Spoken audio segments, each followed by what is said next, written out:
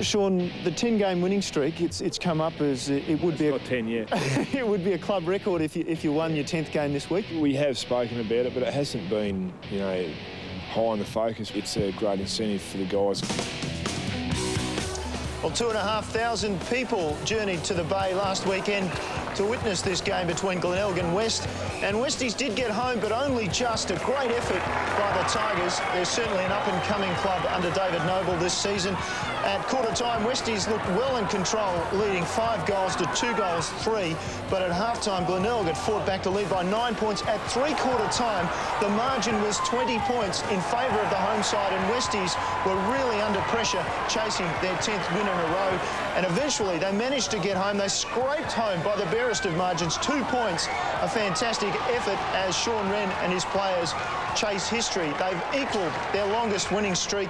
They've managed to get to 10 games. It's 92 years since the club has been in this sort of form, and finally they have a chance this afternoon to become the all-time leader in terms of West Adelaide in record consecutive wins. And this afternoon they chase history, chasing their 11th straight win against Sturt at the Unley Oval.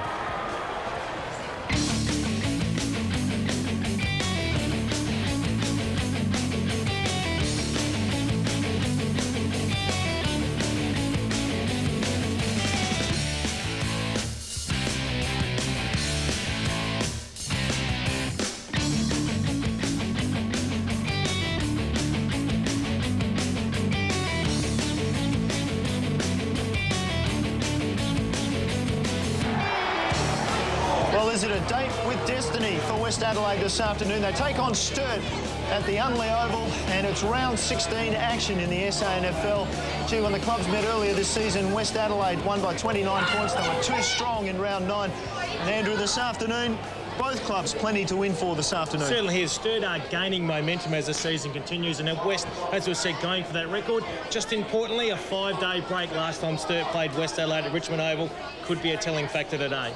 Well, in 1911, it went like this. Rounds 1 to 10. West Adelaide won. They lost the final 2 games of the season before going through and winning the premiership that year, and indeed going on to beat Essendon to gain the Champions of Australia title. So a fantastic effort there. This season, it's been 10 in a row. Nicely in round 10. They did have a bye, Andrew.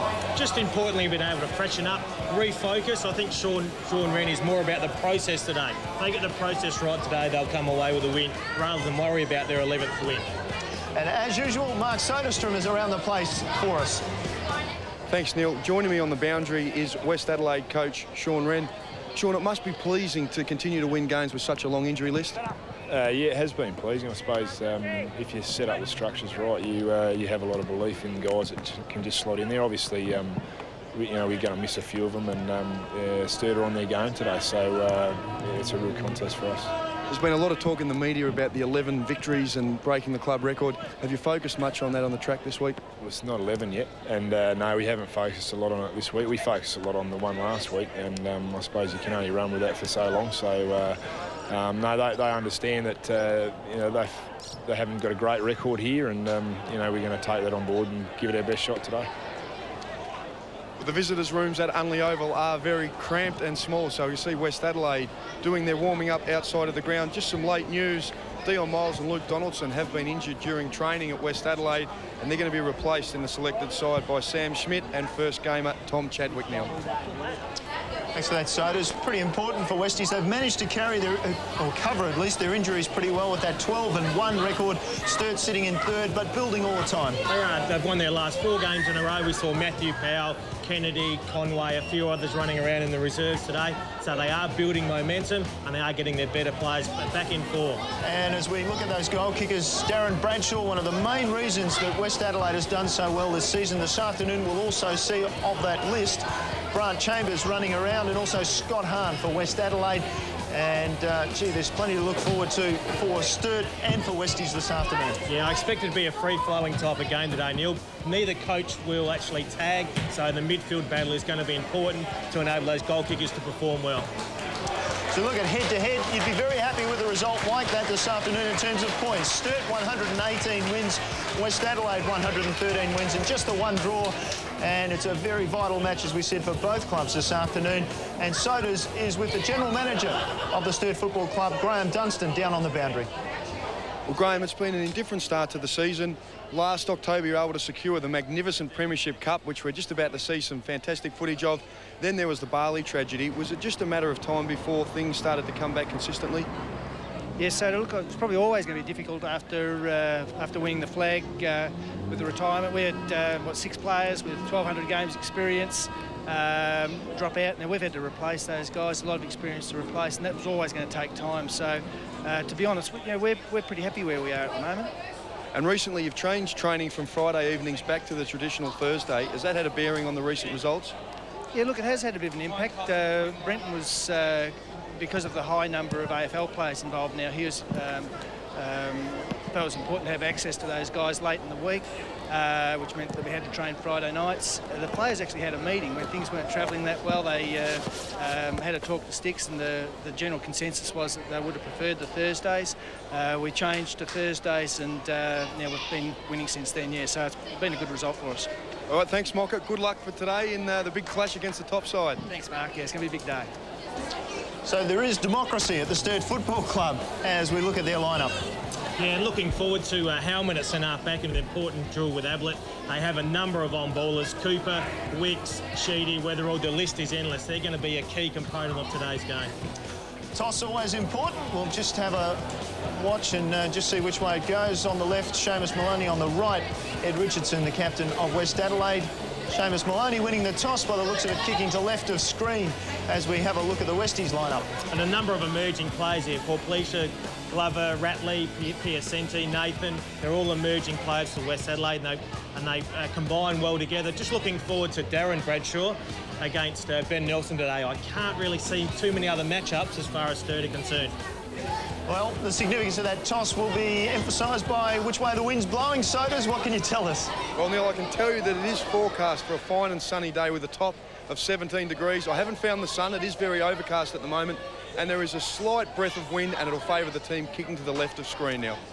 So you would say those conditions are pretty good for football, and we're about to see some pretty good football, we hope. Here's the first bounce, and joining us for the first time this afternoon, Michael Maney.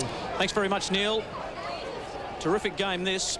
Sturt 8-5 in this season. The reigning premiers up against West Adelaide 12-1, imposing record by the Bloods so far this year. The Double Blues, Sturt 4-1 at Unley. There's Simon Feast, who really will play a significant role once again for his side. With around the ground, there's Brad Dabrowski, whose last quarter was imposing against Glenelg last week. All set for the round 16 SANFL clash between Sturt and West Adelaide. Both ruckmen miss it, taken by Dabrowski. Scrubby kick forward, Tuck, tackled by Smith. The first goal, very important. In goes Tuck again, just jammed it on the boot to the outer side of the ground. Dabrowski, Whiteman tries to shut him down. The handball taken over the line by Ratley. So important first couple of minutes. The boys would be pumped up in both sides. The Double Blues with a point to prove that their season is still on track. Koularitis, kick didn't go the required distance. The bouncing ball clung. Clash of bodies.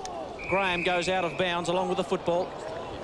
Let's have a look at the bench down there. So does for Sturt. Yeah, we've got Michael Curtis, Matthew Dent, and the Ginger Ninja, Aaron Bishop. Ginger Ninja, you've started off in a colourful way. Anyway, a free kick went to Koularitis. Maybe that ball went out of bounds on the full. Roves off the pack. Well done by Maloney. Nelson, kick smothered. West working very hard just to kick along there. No one can take a mark. Cleared by Maloney, whose kick finds Mackner at half-back. They are pinpoint when they use the football, the Double Blues. Mackner's short kick to Smith, who wants to go over the top to Weatherall. They work it well. The handballs operating beautifully for the Double Blues as Graham punches them long inside. Oh, big leap by Beveridge. Couldn't take the mark. Richardson just with a handball out of there. Riley just coming back into some form after that broken collarbone early in the season. The ball wrapped up at half forward for the Double Blues. No score yet. And a big leap here. Andrew Rogers, Beveridge. And it's a very hard matchup. Andrew Beveridge can take a tall mark, but you can see a great second effort there just to hold the ball in his forward area. Sturt already showing just how quickly they can move the ball. Feast gets the better of the ruck contest. Slattery just intercepting the ball, and now it comes down and wide, and running on the wing in space is Slattery. Down towards half forward. Howard couldn't half volley it. In over the ball, Whiteman taken high. Whiteman with the free kick. Now wide, he's got players running for him. In fact, there's quite a few double blues over there. Graham gets the ball, looks down towards half forward. The kick goes long, leading out, taking the mark this time is Matner. Swings around, likes the left leg. Matner goes in looking for the pass. It drops short of what he was aiming for. In the end, well done by Cooper. Quickly back to Weatherall, tackled quickly by Tuck. Now Beveridge on the ground, wait for the umpire, comes in, says we'll have a bounce. Plenty of hard running action so far, Andrew. Yes, and I expect that one there. He's had time to get rid of that Tim Weatherall. They should have pinged him for that. But importantly for Sturt, their better players are involved early.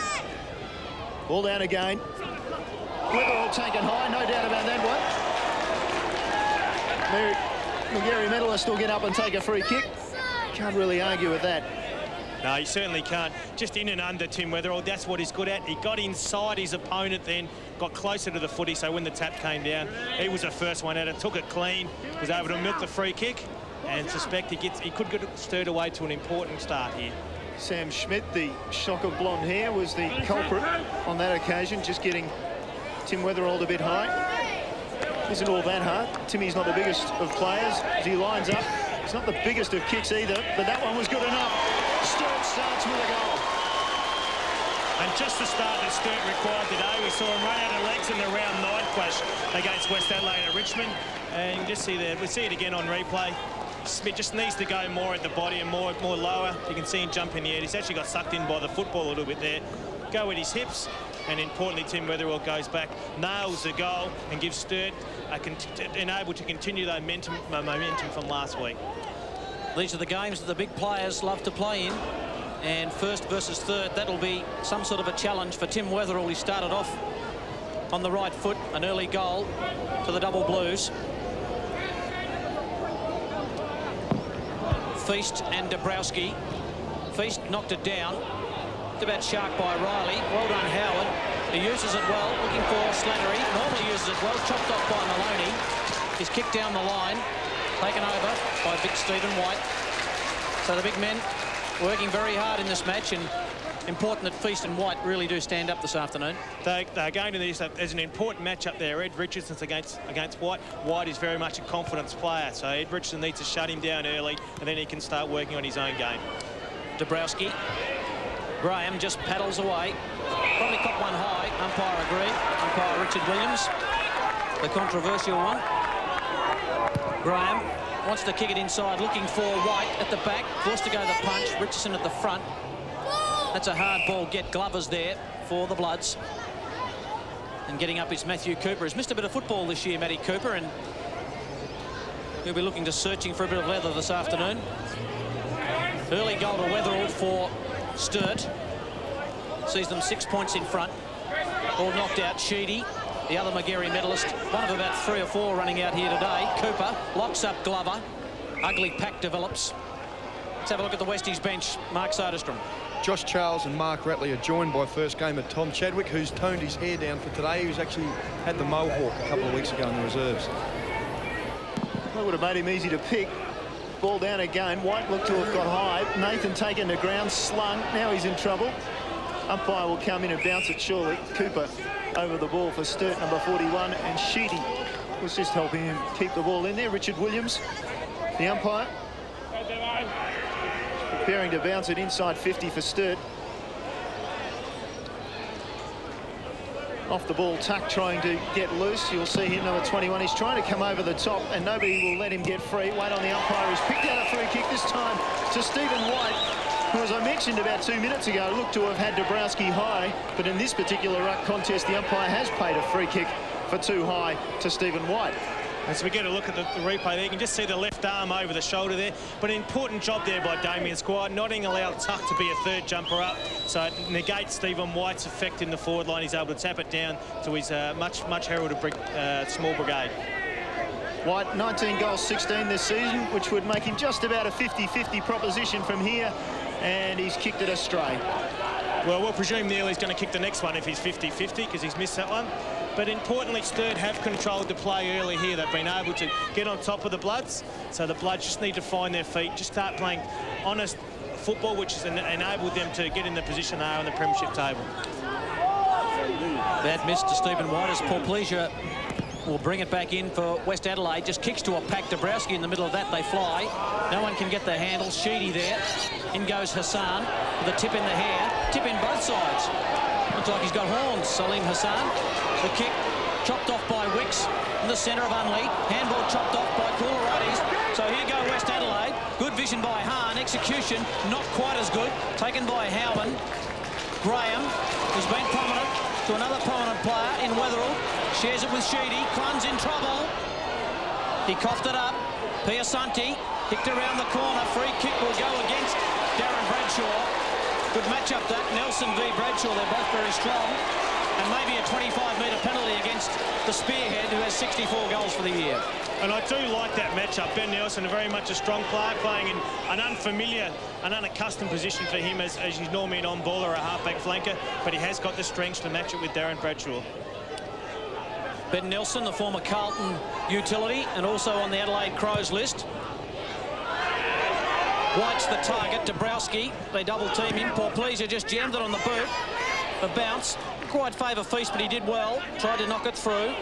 Taken by Tuck, who spots a man on the outer side in Piasanti. Piasanti just ducks back inboard, looking for something short, and finds it. Glover just pushes off Clun. That's a high kick in hope. Bradshaw at the back. One grab, two. Didn't hold on to it. Loose ball. Hahn. He's dangerous. That's a high kick at the back. Smith will have no trouble with Maloney taking Howard out of the contest. And Smith will clear for the Double Blues. Swings it to this wing straight away. They've got runners out here. Feast draws the man, then quickly on. Now they work it through the middle. Good hand pass by Weatherall. Finds Smith running for him. Smith looks down to half forward. White was the target. White in the middle of the pack gets the big hands up there. It comes to Hassan on the ground. Now he's in trouble. Trying to break the tackle. Richard Williams, the umpire, calls play on. Hassan goes back and gets it. Under pressure back there. They drop it off to Squire. Squire picks up the loose ball. Goes to goal. Sturt has another one. 2-1. The most impressive part about Sturt so far has been their tackling. We know they're going to be a high handballing side. They had 220 handballs last week against North, and you can see just the pressure on the ball carrier there. The West Adelaide defenders just finally coughed it up. Squire had the presence of mind to straighten his body, get on his favoured left foot, and he is a clinical finisher, and he finishes that one. So Sturt are taking all before him at present. They've opened really brightly here. As we can see there, Sam Smith's got the job on Damien Squire, and if Damien Squire gets confident, then Sam Smith's in for a long day. Goal number 9 of the year for the Magarey medalist Damien Squire. The football's a hot one at the moment, and Sturt have all the answers. Goals to Weatherald and Squire. Plenty to do for West Adelaide. Feast went too early, a la Corey McKernan. All done by Graham. Now here's a foot race. Getting to the front. West Adelaide through Gray. Maybe got a nudge in the back. That's good play by Feast. Ducks inboard to Sheedy, who gets it back to Clun. They've worked themselves into a bit of trouble. The kick by Clun. Beveridge couldn't hold on. Loose ball. Glover. Very cool. For Pleasure. That's a high kick. Feast will take this mark. No, he can't. Ball played by Slattery. Good second effort by Feast. Magna wants to go short. Good kick. Spots up Riley. They reload the Double Blues. Congested forward line. Plenty pushing back there for West Adelaide. The leads are coming from everywhere, thick and fast. But Riley, on the edge of his distance, wants to go short to White. Good stretch. And just got it in the fingertips, Big Steve. And he's kicked one. No, he's kicked one behind so far. And there's a change with Simon Feast coming off mark. He has. Aaron Bishop has replaced him, and Sturt's physiotherapist, Scott Smith, just going over to check what the situation is. It's a bit uncomfortable in the strut there, Simon Feast. Tough kick from a left footer from this pocket. If Neil crosses right, he'll just about nail this. He sets it up. Good looking kick. I have a genius sitting to my right. Neil Cross, lovely goal by Stephen White. It certainly is. I mean, that makes up for the one that he actually missed previously, but what a wonderful kick. Just starts it outside the left-hand goalpost, works it back as his natural kicking does it from right to left, and you can just see it. I'm glad the goal umpire was giving that one and not me. Pretty close. 1-1 for Stephen White this afternoon, 3-1 for Sturt. They've started with a bang out of the blocks. Lead by 19 points. Dabrowski can't get to the ball.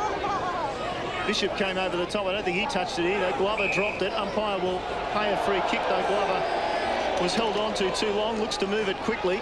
Off to Richardson. Richardson looks down towards half forward. No real leads coming. He aims for Ablett. Ablett with the hands in the back. It falls to Howard. Over the back it comes. Koulaitis was being held on to. Umpire said no. Ducking the tackle was Howard. Howard now tries to set up a hand pass. A lot of double blues around the ball. Ablett infringes one of them. And Sturt will get free with Howman looking to free up a player on the far side of the ground to switch play. Whiteman is the man. Gets over the ball, surrounded, 2-on-1. Whiteman in trouble, dives on it. Now he's in trouble in turn. Umpire will call for a bounce just outside defensive 50 for the Sturt Football Club. And importantly, Ben Nelson, every time Sturt get the ball in the back half, he runs forward at a million miles an hour, trying to take Darren Bradshaw away from the danger area. Yes, they've had a couple of contests at half forward for the Bloods, and I guess that's the reason, because Nelson's been working hard to run him out of defence. And it's good play by Ben Nelson. Take Darren Bradshaw away from his more accustomed area, try to fatigue him. I don't think he would be the fittest player on West's list. Ball hasn't moved far. Dabrowski got rid of his man.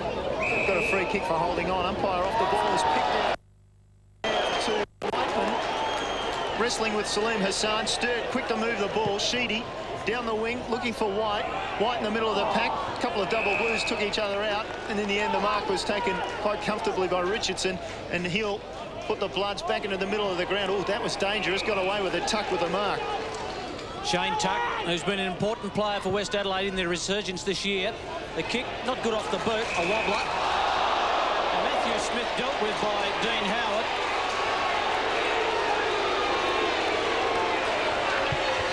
Customary boos. Not too much in that. It does need a West Adelaide senior player to stand up now and just set an example for these younger players. They haven't been under this type of pressure since probably Elizabeth, when they played Central District in their only loss of the season. 50-metre penalty dished out as Matthew Smith will pump the double blues back inside 50 for the 10th time. 9-4 at the moment. Beveridge offered something short. Smith went long. Why wouldn't you go to White? Over the back, Dabrowski, loose ball, Chambers, Dabrowski with strength, just bounced off Chambers, short kick. Piasanti couldn't take the mark. Good defence by Wicks. And in also was Weatherall. And just a good contest there by Wicks, just enabling to keep it in their forward half and keep the pressure on the West Adelaide defence. There's a happy man, a Vietnam veteran, if we can believe his cap. Back into play, taken by Weatherall. Weatherall on the run, long kick, maybe just missed to his near side. So another chance, just begging there for the double blues, but that scoreline starting, well, not ugly, but a little bit disappointing as far as the top of the ladder, West Adelaide. And I just reiterate, their better players are getting the footy. We see Weatherall, we suddenly find Sheedy getting a little bit hold of it. Feast was instrumental early, so the signs aren't good for West Adelaide. 20 points the margin. West Adelaide 11 wins and no losses when leading at quarter time, so pretty important to their development this afternoon in this match to be in front at quarter time. Here's Riley taking the mark for Sturt. Brent Riley, young man on the Adelaide Crows list, in the AFL at least. Almost be within range here, just a little bit of a soft effort there by Ed Richardson, just need to be a bit stronger in the marking contest. Here's a long kick, Riley, we'll see how he goes. He's got a good hoof on that. It'll go to the line, it'll go further than that. Well, what a start by Sturt. 4 goals, 220. West Adelaide have only gone inside 54 times and they haven't scored yet. And there's just that little bit of a soft effort there by Ed Richardson. Just need to be a bit stronger in the body. Just outbodied by a smaller and you know, obviously less, you know, doesn't weigh as much as Ed Richardson. And importantly, just realised his momentum, and good shepherd there by Stephen White in the goal square. So this Sturt momentum continues. Sean Wren will find a lot about his emerging players that I spoke about in the pre-game, what they're made of under real pressure. As Mark Soderstrom said, that breeze favouring Sturt. Yes, Mark? Yeah, quick change. Josh Charles has gone straight into the ruck, so already Sean Wren ringing in the changes. Needs to do something at this stage. Riley out of the centre congestion. Over to Wicks, who just can't quite get the handle. Piasanti in there, just providing something. Wicks again wants to give it off. They go to Sheedy. Sheedy's kick inside 50. Richardson very strong. Eyes on the football. Got a good fist away. Just winning the 50-50 contests around the ground. Sturt just seems sharper around the footy. They're winning the centre breaks and just winning the 50-50 contests. Not that cold, really, here at Unley, but that lady all rugged up. It's inside 50 for the Double Blues. Crowd calls ball. Umpire Williams comes in. Young Slattery, I think, isn't it? Just doing a few stretches. One of a number of Bloods players that have been introduced to SANFL football this year with a lot of success by Sean Wren. Hassan, Dre, got a quick handball out of there. Well done by Schmidt. Back to Hassan, so the Bloods out of trouble, maybe just momentarily. And that ball is carried. No, it hasn't. Just touched and will be thrown back in. 26 plays 0 in 18 minutes. We saw Central District go a quarter without scoring a few weeks ago. I think it might have been at the hands of West Adelaide as well. And they're staring down the barrel of that at the moment, Andrew. They certainly are. They just need, as I said, they need a senior player to just stand up, make something happen for them. They need to just negate the Sturt on ball. Let's get inside him at the contest so they get first use of it. A lot of pushing and shoving, jostling for position over the top. Howman can't break out of there, so West Adelaide at least have been able to stop that bit of a run just momentarily. Yeah, exactly what they need to do. Just make it a one-on-one contest, and just if you can win that one-on-one contest, you're a chance to at least win the footy. Well, there was a stray boot, I thought, in there, but whatever, a high tackle or a stray boot or whatever, Cooper will take the free kick for Sturt, send them forward again. She's got a good left foot. Look at that, inside 50. Richardson got rid of his man with the punch. There's Dre. Down to Hassan. Hassan in trouble, quickly shut down. Now another contest. Bang went Stephen White. Around on the left leg.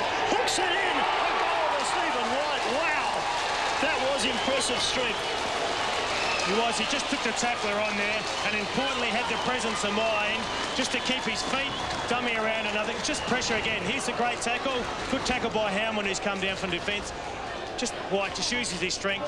Chris Chubbs just gets sucked in by the dummy and just turns it around the corner and finishes nicely. It's been a sensational opening by Sturt, and Stephen White has been instrumental in this opening. What's it like at ground level, Mark? It seems that it's all the Double Blues. It certainly is. They've just got the run on, and Simon Feast, as you said, did start the game sensationally. He's just on the boundary lines, ready to come back on, and I think Aaron Bishop will probably come off for a rest in a minute, Michael. 7 scoring shots to zip. 14-4 the inside 50s as West Adelaide desperate. Snared by Clum. We got it to Squire. He's just outside 50. Low drop, a long drop punt. And just away to the right. Would have brought the house down if he'd have been able to nail that. There's that interchange with Bishop going on. Well, let's say he's going off and Feast coming on. Ball back into play immediately. Sturt get an opportunity to go forward again. Magnificent hand pass by Riley. Cooper wants his left foot. That's why, because he can finish on the left leg with precision. And Sturt has their 6th goal of the afternoon. And West Adelaide's 10-game winning streak is under pressure already. They certainly look rattled at the moment. West Adelaide really can't make anything happen. Good play by Sturt there, just to bring the ball to ground from a kick in. Cooper's always going to want his left-hand foot. Ben Dre needs to learn that Cooper's always going to come back inside, and he finishes nicely. And Sturt certainly making the most of their opportunities. Coach, Andrew Rogers, what do you do? West Adelaide? Well, I think if I was Sean Wren, I just got a man up. We're just going to go one-on-one. All of a sudden, maybe start some blokes off the back of the square, which he seems to have just started. Sean Wren's gone a little defensive, as you would expect. Out of the centre, here comes Tuck. Maybe their first opportunity for a goal. Bradshaw on the lead. Well, the kick needed to be good. Just Nelson was right on Bradshaw's hammer there, and that's a good take out in front of your face. It certainly was, but importantly, they won a centre break, and Tuck's able to give the ball some air, just put it out in front of Darren Bradshaw, comes out, takes a nice strong grab. Now, importantly, he must kick this goal just to arrest this momentum which Sturt has set up. to bring it back to 33 points at the 21.5-minute mark. Who would have thought? Out of the blocks, 6 goals, 3 to zip Darren Bradshaw for goal number 65 of the 2003 season. That was not what they wanted. No, certainly not what they wanted. He actually needed to kick it at the right-hand goal post and let that little bit of breeze work it back. They need to just get a steadying goal.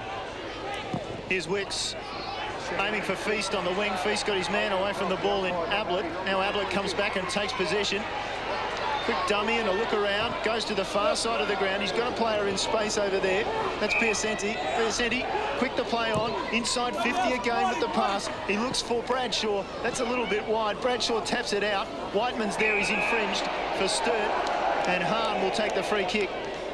Scott Hahn, an impressive half forward this year, has been in pretty good form as he drives it long, looking for a goal. Hahn's kick was pretty good. In the end, it bounces on the line. Can they get a goal? No.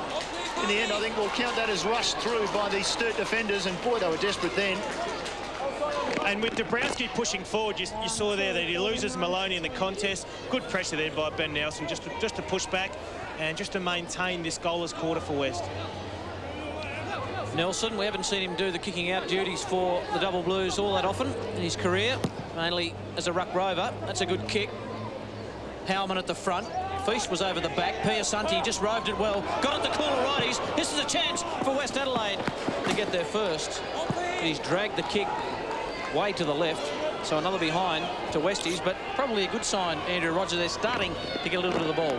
Yeah, they certainly are. You can see Paul Colorado just reacts there to his miskick, but they are starting to win more ball around the ground, which enables their forwards to be more involved. So while they've got it, Sturt obviously can't get hold of it. Sturt has it now through Howman, wide to Wicks. Wicks isn't in a lot of space, makes use of what he's got though. His kick wasn't the best. Feast was in space himself on the wing. That ball just rolling out of bounds on the far side of the ground. Just a missed target there. Simon Feast was certainly well clear, and he would have been able to roll back inside on his left foot. And I suggest that Sturt would have led down the middle, and it could well resulted in another goal. Tuck, who so often gets the tap away, third man in from a bounce down or boundary throw in, got that tap. In the end, West Adelaide will get a free kick. Luke Nathan, the man at the bottom of the pack, gets up. Just kicks it down long towards that scoreboard side of the ground. Howman read the kick the best. Off to Maloney. Maloney up to half forward, looking for White. He won't get there. Hassan will take the easiest of marks. Although I can bet your bottom dollar he knew that White was not far away. Here's White's opponent, Richardson. In turn, short the Glover. Hand pass wasn't the best. Set up Nathan. Good enough to get it to Porplesia. Porplesia looks around. Opts with the left leg. Gets it inside 50, but that's about it. Hahn wrestling. Came down to Howman. Knocked away. Likes a fortune. Ablett. Oh, was that a pass? I don't think so. It's still on the ground. Still an opportunity. Butchers an opportunity from just 5 yards out. Obviously, Andrew not realising just how much time was available there. And Neil, that's just the pressure that Sturt have put on the West Adelaide so far. Every time they've had an opportunity, they've either been tackled, they've been harassed, they haven't had any clean balls through the midfield. And so all of a sudden, they suddenly panic under pressure. And the Bradshaw one too, decided to try to mark the footy instead of let it go through for a goal. And of course, Ryan Ablett should have kicked over the top of Darren Bradshaw there and actually finished the goal and taken on his own to finish that goal. Long kick by Wicks, roved by Clun, who uses Smith. So the Double Blues reload again. Grab out in front of his face by Stephen White. He's got a couple of goals so far in the match. Uses Sheedy. Sheedy goes short. They've got loose men everywhere. Smith goes over the top. Here's another opportunity around the corner. That's a very high kick. Up goes Chambers. And can't quite take the mark. The ball rushed through for a behind. I think Cooper might have been the man who kicked that ball around the corner. Yeah, that one pretty close in the end. Chambers coming from behind, but the West defenders able to get it across the line. So West Adelaide with ball in hand and a job in front of them. 40 plays 4, well into time on in the opening term. Great mark coming over the top there was Josh Charles. Wants to get it on quickly, and the handball was loose. Howard's met. Charles goes back in and gets it. And now a lot of players over the ball, and Squire does his best to hold it in there. He'll get the applause of the crowd on the Double Blues side of the ledger. And it's just a bit sloppy here by West Adelaide. They just need to go back to the basics, bring the ball inside. If you take a mark, get back quickly, kick it long down the line. Just play percentages in the last part of this quarter. Tuck over the top again with the hit away. Clun, though, intercepted it. Now Wicks. Wicks turns around, has a look inside the 50. Just puts it up long. Should get back. Richardson was brave. White read it best. White now will get a tackle high from Chubb. And White opting to stay down and rove that ball and was rewarded for his roving skills. And Sean Wren would be disappointed with the amount of discipline in the West Adelaide tackles. We've seen a number of high tackles. Chris Chubb just didn't get in low and hard enough then. And Stephen White showing his versatility, being able to take marks, but also being able to crumb goals. And he's posing a real headache for Ed Richardson so far. 10 free kicks to 4 in favour of the home side at the moment. I think that just goes to show, Neil, that they're harder at the footy. They want the footy a little bit more than West Adelaide. 17 forward entries to 8. And that one will wait on the umpire. Well, the umpire likes him to go. Stephen White has his third of the afternoon. Sturt has 7 goals for 46 to just 4 behinds from West Adelaide. An imposing start by the Premiers. And we spoke earlier about Darren Bradshaw and the amount of effect he was going to have on the game, but it's been Stephen White who's been the key forward that stood up so far today. And importantly, while he missed that early shot, he has kicked his last 3 goals. So he's very much a confidence player. If he gets confident, well, then he's very dangerous up forward, and you can see he's away to a fly today. Well, he's playing on a couple of good defenders down there in Richardson and Chubb, so to get 3 goals in the first term is a great return for the big man. Here's a free kick coming out of that lot to Whiteman. Andrew Whiteman kicks long. 2-on-1. Hassan flies early, gives away the free kick. Another free kick to Stephen White. Well, they're just trying to play with a bit too much flair at the moment, West Adelaide, you would think. Instead of trying to get that hard ball. That's a long kick by White, maybe just away. Poor Pleasure and Beveridge. Neither of those 2 players can reel in the mark, so another behind to the Double Blues. And they certainly just look rattled at the moment, West Adelaide. They really haven't been under this type of pressure since we saw them earlier in the year against Central Districts at Elizabeth. So they just need to settle, just need some of their better players to get their hands on the footy. Well, they go with the long option. It's probably best at the moment. Hassan, who gave away that free kick, which led to the point, and White was the man who kicked the point, and White was the man who offended that time, just with a high tackle. Just waxing those 2. Oh, and then a short kick which didn't work. Here goes Matner. He wanted the left side. Now he gets it with a 1-2. Gives it off again. Stephen White. 4 goals coming up for Stephen White in the opening quarter.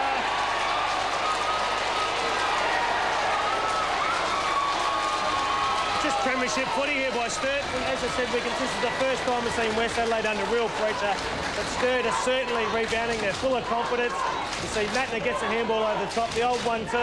Finally feeds it to Stephen White in space, and importantly takes his time and nails the goal. They really have got value for their forward thrust, and this route continues, and you just wonder what Sean Wren's reaction is going to be at quarter time. Got a funny feeling I know what it is. Most of the supporters, and I think the players out there for West Adelaide will know too. Ticked into 30 minutes, 49 points the difference, an 8-goal to zip first term by the reigning premiers Sturt. Have tapped West Adelaide on the shoulder and said, we're not going to go away in a hurry in 2003. They really have imposed themselves on the game. They're saying, look, we're the top dog from last year. You are still perhaps a pretender. You need to get to that level. What a time at Unley Oval, and what a clinical display by Sturt. 8 goals, 5-53. West Adelaide just the 4 behinds. And you'd have to say, Andrew Rogers, that's some of the best football we've seen this year. It's certainly the best footy I've seen this year. They really have come to play, and that momentum we spoke about in the pre-game has continued. They continually share the ball around. They've got a key forward in Stephen White, who's been involved with everything so far, and they really just have dominated the game. But from the West Adelaide point of view, Sean Wren will really find out about whether his players can play finals football. As we've got to look at highlights, Smith's been important down back. He can play on a smaller and a tall. They switched the play to the outer side with a choice of 2. And Simon Feast was instrumental early in setting it up. Dabrowski started well, but Simon Feast wore his way into the game. You can see a chain of handballs with once again Smith on the end of it. He goes long looking for Stephen White, who's providing a valuable target. And this has been the story of the day. West Adelaide just get the footy and Sturt just harass. And eventually the ball comes wide and Damien Squire shows why he's won 2 Magarey medals. Goes in and kicks quite a simple goal for him. And that was just the start of the rout. See there once again Stephen White. They kick long to Stephen White at every opportunity. Salim Hussein's been involved early and Stephen White rides the bump, turns the ball around the corner and finishes with that was his second goal of his 4 for the quarter. It's been quite assertive from the back, Sturt. They've been running quite brilliantly from the back using their handballs, and they're noted as a handball side versus the long kicking style of West Adelaide, and it really has worked for them so far in that opening quarter.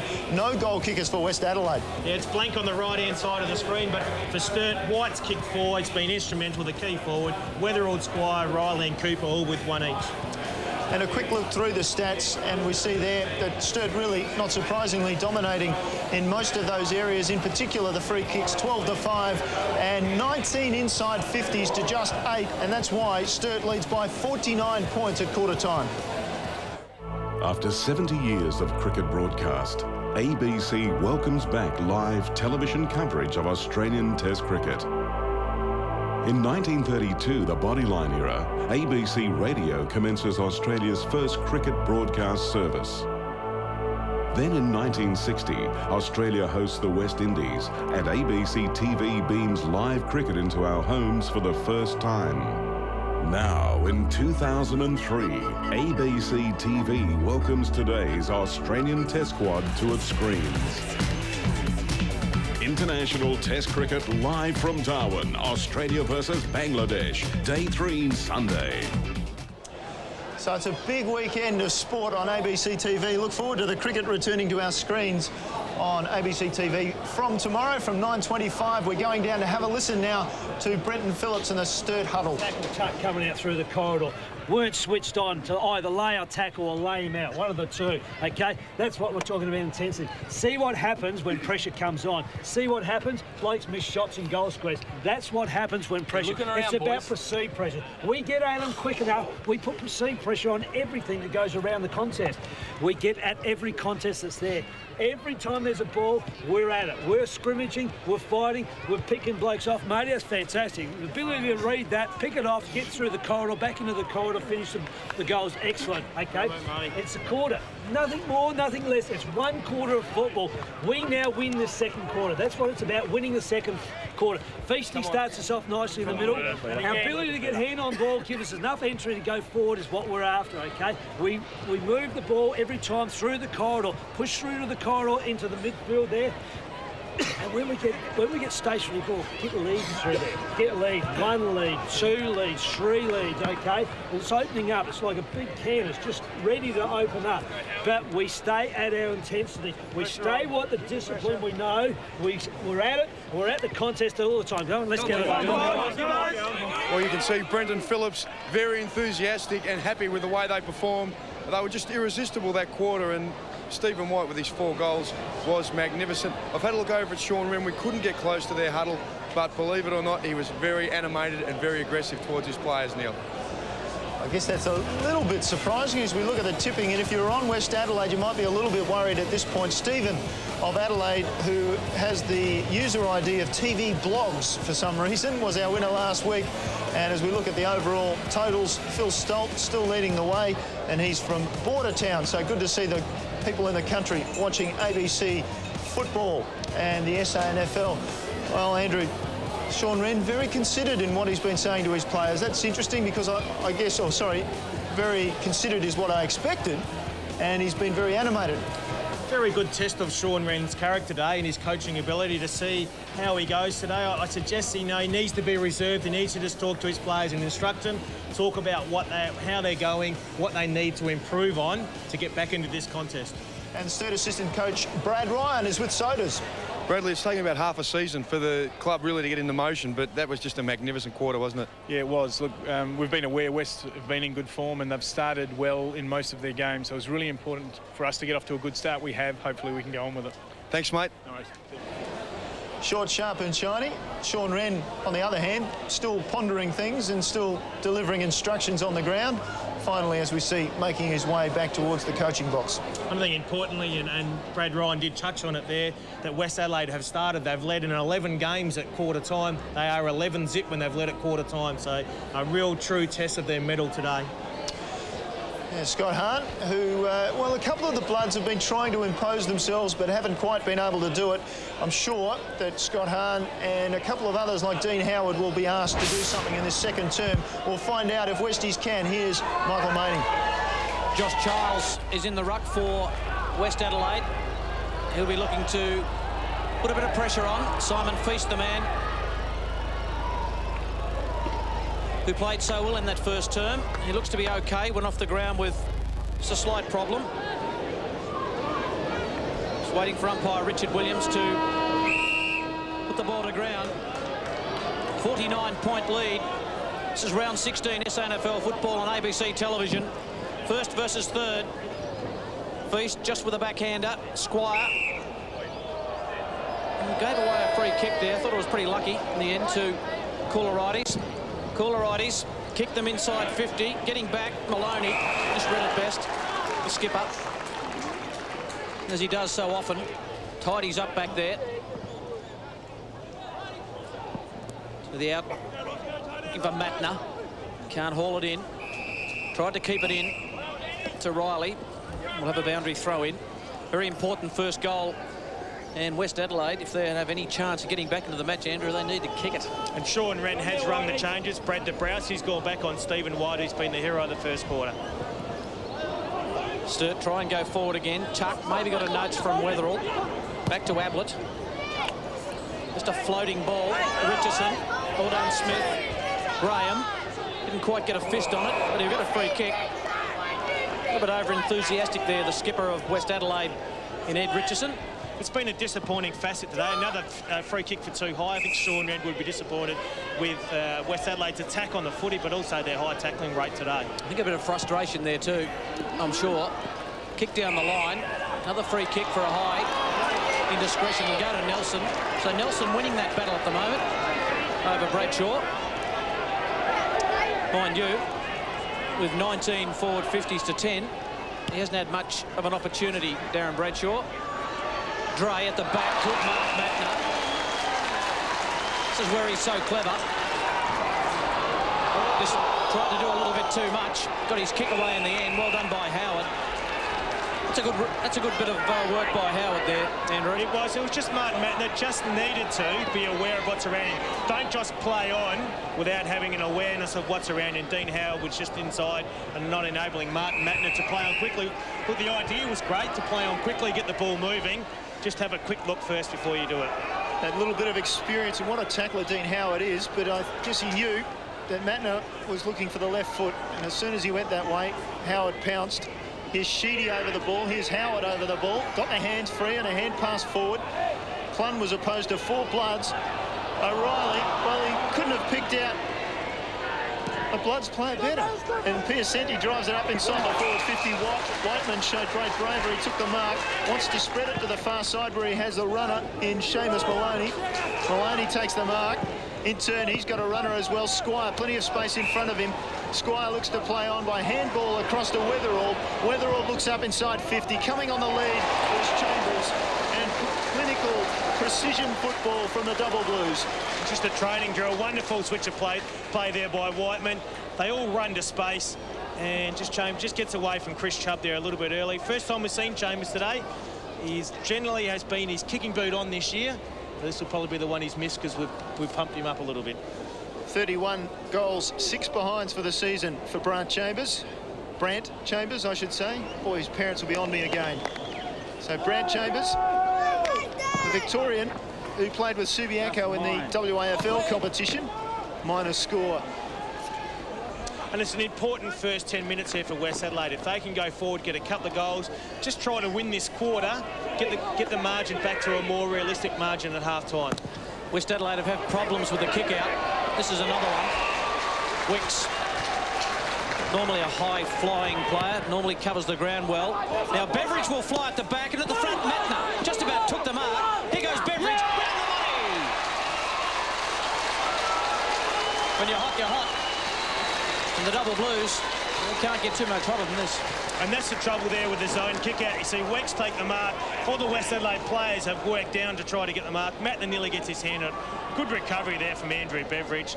Turns it around the corner and finishes with a vital first goal. Now, in the context of the game, it might seem Sturt go further in front, but it just flattens West Adelaide a little bit more. Dear oh dear, there are danger signs here in a big way, and there have been for some time. 9 goals, 660 plays, 4 points. And we've barely travelled 4 minutes in the second term here at Unley. And the double blues, the premiers, are standing up at the moment. Here's Squire looking for some space. Found Weatherall. Weatherall's inside hand pass wasn't good enough. Now Hahn. Hahn wants the left foot, just puts it up long. Richardson do well to mark this. Did well to bring it to the front. Maloney rose it, just accidentally kicked it out, but that's the way Sturt's going. There's no problems. They've got the numbers. Look at them run. Here's Sheedy.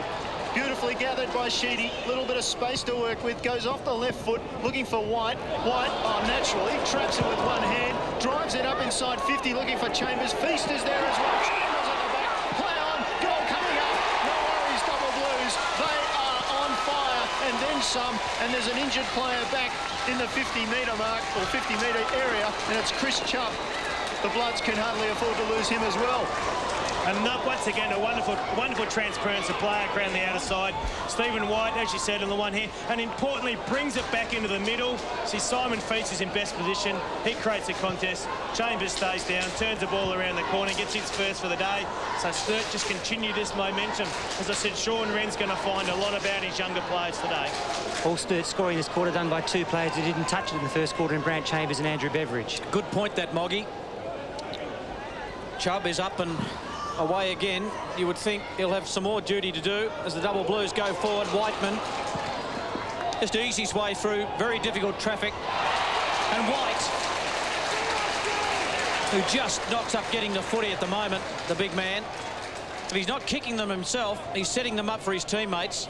Just don't really like the Dabrowski-White matchup. I think White will probably be a little bit too mobile for Dabrowski. And what it does do is all of a sudden makes them go. So all of a sudden Charles has got to take the ruck all day, and he's going to have Feast. He's going to have Bishop running at him all day. So it's a big ask for Dabrowski to play there for the rest of the day.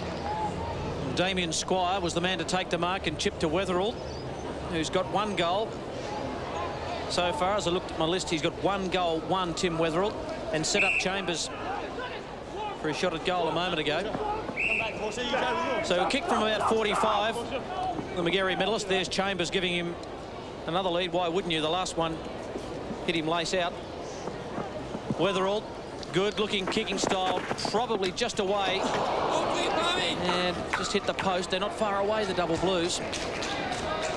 What about kick for a little rover from there? It wasn't. I seriously doubted the distance before he actually kicked it, but he carried the distance and nearly got the accuracy as well. It's about the only thing that's gone against Sturt today. They've actually hit the post.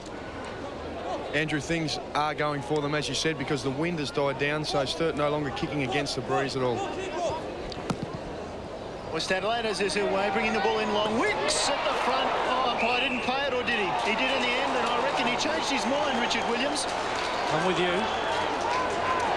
Yep, he called play on, and then in the end he decided that Wicks had done enough. So Wicks with the ball drives it inside 50. It's actually a 2-on-1 up there, but the ball takes a little while to get there. West Adelaide defenders come in, and on the ground behind play too, Sam Schmidt caught one high, an accidental knee, I think. He's in a bit of trouble, the young lad. I think it was his own player. I think it was young Jason Porpleach. He just tries to get a quick kick, and we'll see it here on replay. There it is. Oh, it's a knee, it's an ankle, it's a foot, it's everything in the head. Well, they're taking blows left, right and centre, West Adelaide. That was a throw. Maloney with the hand pass out to Feast. The ruckman couldn't get down and half volley it. Still Maloney comes. The captain does well, just got a kick out. And Chubb did well at the front. Now Maloney again following up for his 3rd possession in a couple of moments. We'll get a bounce down. West Adelaide is under siege. It is just work rate too, Neil. So Seamus Maloney, as you said, had 3 possessions there in a matter of seconds. He just worked hard front and centre. He persisted, and that's what's winning over West Adelaide at the moment. Well, even the tapaways are finding Sturt. Look at that around the corner on his non-preferred foot from Marty Matner. Amazing. Could it get any better for the double blues this afternoon. Everything they do just touches the goal, but once again, Brett Dabrowski taps that to the middle of the ground, the most dangerous spot that he could tap it. He's tapped it directly to the middle of the ground. He opens up the goal face, and Martin Matno on his non-preferred foot turns it around the corner, and the procession continues. Possessions this quarter, Sturt 32, West 6. Well, this side's been up for a long time, West Adelaide, and everybody was waiting for the day that they may come crashing down. Well, this is all the start of it, maybe. High bounce by the umpire. Feast went up, then down, then got the tap away. Riley locked up by Dre. Umpire just lets it go and pays a free kick against Riley for hatching it. Over the top, Koularides. Schmidt got it away. Glover kicks it inside 50. Ablett just pushes off. He likes that. Handball over the top to Bradshaw. Needs to wobble it through. And West Adelaide, at the 10-minute mark of the second term, get their first goal. And a chorus of boos rings out amongst the Sturt faithful. They finally work the ball forward, and Ablett just gives it a little push off. Good hands here, just quickly to Bradshaw, who just controls himself. He doesn't panic like we saw Koularides in the first quarter. Just dribbles it along the ground, and he gets West Adelaide's first. Just might give them some sort of sniff. They need just to control the game now, to get their hands on the footy, try to win this quarter, get it back to a respectable margin at half-time, and then build in the second half. Ball down in the middle again. Charles perhaps the better of that for West Adelaide. Sturt again with those quick hands. Maloney, he's had plenty of touches off the half-back line. White just tapped it out. Riley round the corner, centred it up. Coming hard was Beveridge, or Matner. Beveridge it is. Beveridge with the hand pass to White. In turn, he's got options again. Cooper, he knew that he had to go short, and he almost found Riley coming over the back. Schmidt got it around the corner and out of bounds. I think he might have been aiming for. In the end, West Adelaide get another opportunity. Tuck looks back through the middle of the ground. Koularides set up. Here comes Graham from behind. Couldn't take the mark. Got it away though. Onto the left boot. Down towards half forward again. Dre from behind for West Adelaide. Takes the ball and just hacks it out of bounds when he did have a player in space, but perhaps didn't see him. And Glover. And West Adelaide just tried to manufacture something there, bringing it back into the midfield way too early, and beautifully read by Graham, was able to make a contest and pump it back into the Sturt forward line. Change down there, Mark. Yeah, Koularides has come off, Luke Nathan on, Hassan also on, and Tom Chadwick, the debutant, has come off the ground. Maybe they can give them something. Sheedy to Whiteman. Had Smith decided to use Cooper. Well, they get out of that sort of trouble. To Matner, very short. Riley just kicks it inside 50 in hope, but out comes Beveridge. Well, they just jam the ball on the boot. They kick it with precision.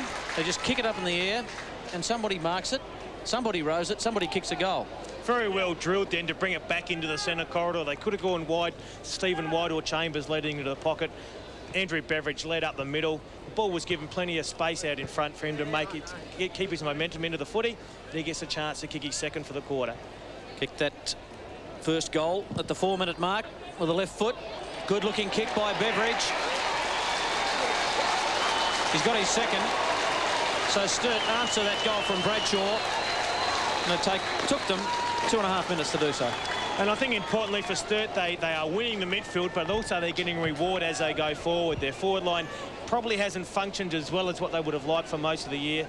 And all of a sudden, with Stephen White getting his hands on the footy, Andrew Beveridge is emerging as a foil in the forward pocket, and Brett Chambers suddenly starts to get his hand on the footy as well. They have got a multitude of options up forward. West Adelaide's only lost thus far for the season to Central District by 70 points in round 4, and already they're down by 69 points about midway through this second term at Unley against Sturt. Well, the Double Blues have just set about reminding people how good they can be. Pushing the back there, Ruska. Well, nothing is going right for Westies, and Ruska has to surrender the ball to Tim Weatherald, and he's taking his time, and Richard Williams was very much thinking about paying a 25-metre free kick. The Gary medalist Sheedy gets the ball, drives it in long for Sturt. There's a bit of push and shove, and again a free kick pointed out. This time goes to West Adelaide and Paul Pleasure. Neil Chris Chubb's come straight off the ground, and he's gone down to the change room, so we'll keep an eye on him there. Chubb had late start to the season because of injury. They can ill afford to lose last year's best and fairest, particularly when they're really under the pump here this afternoon. Here's Squire, another of Sturt's Magarey medalists. A dual Magarey medalist. Drops the ball in short. Beveridge on the lead, and he'll line up looking for his third of the afternoon. And he's providing a valuable foil there for Chambers up forward, as well as White. And West Adelaide really struggle to match up now with Chris Chubb going off. If I was Brenton Phillips, I'd suddenly throw another tall forward.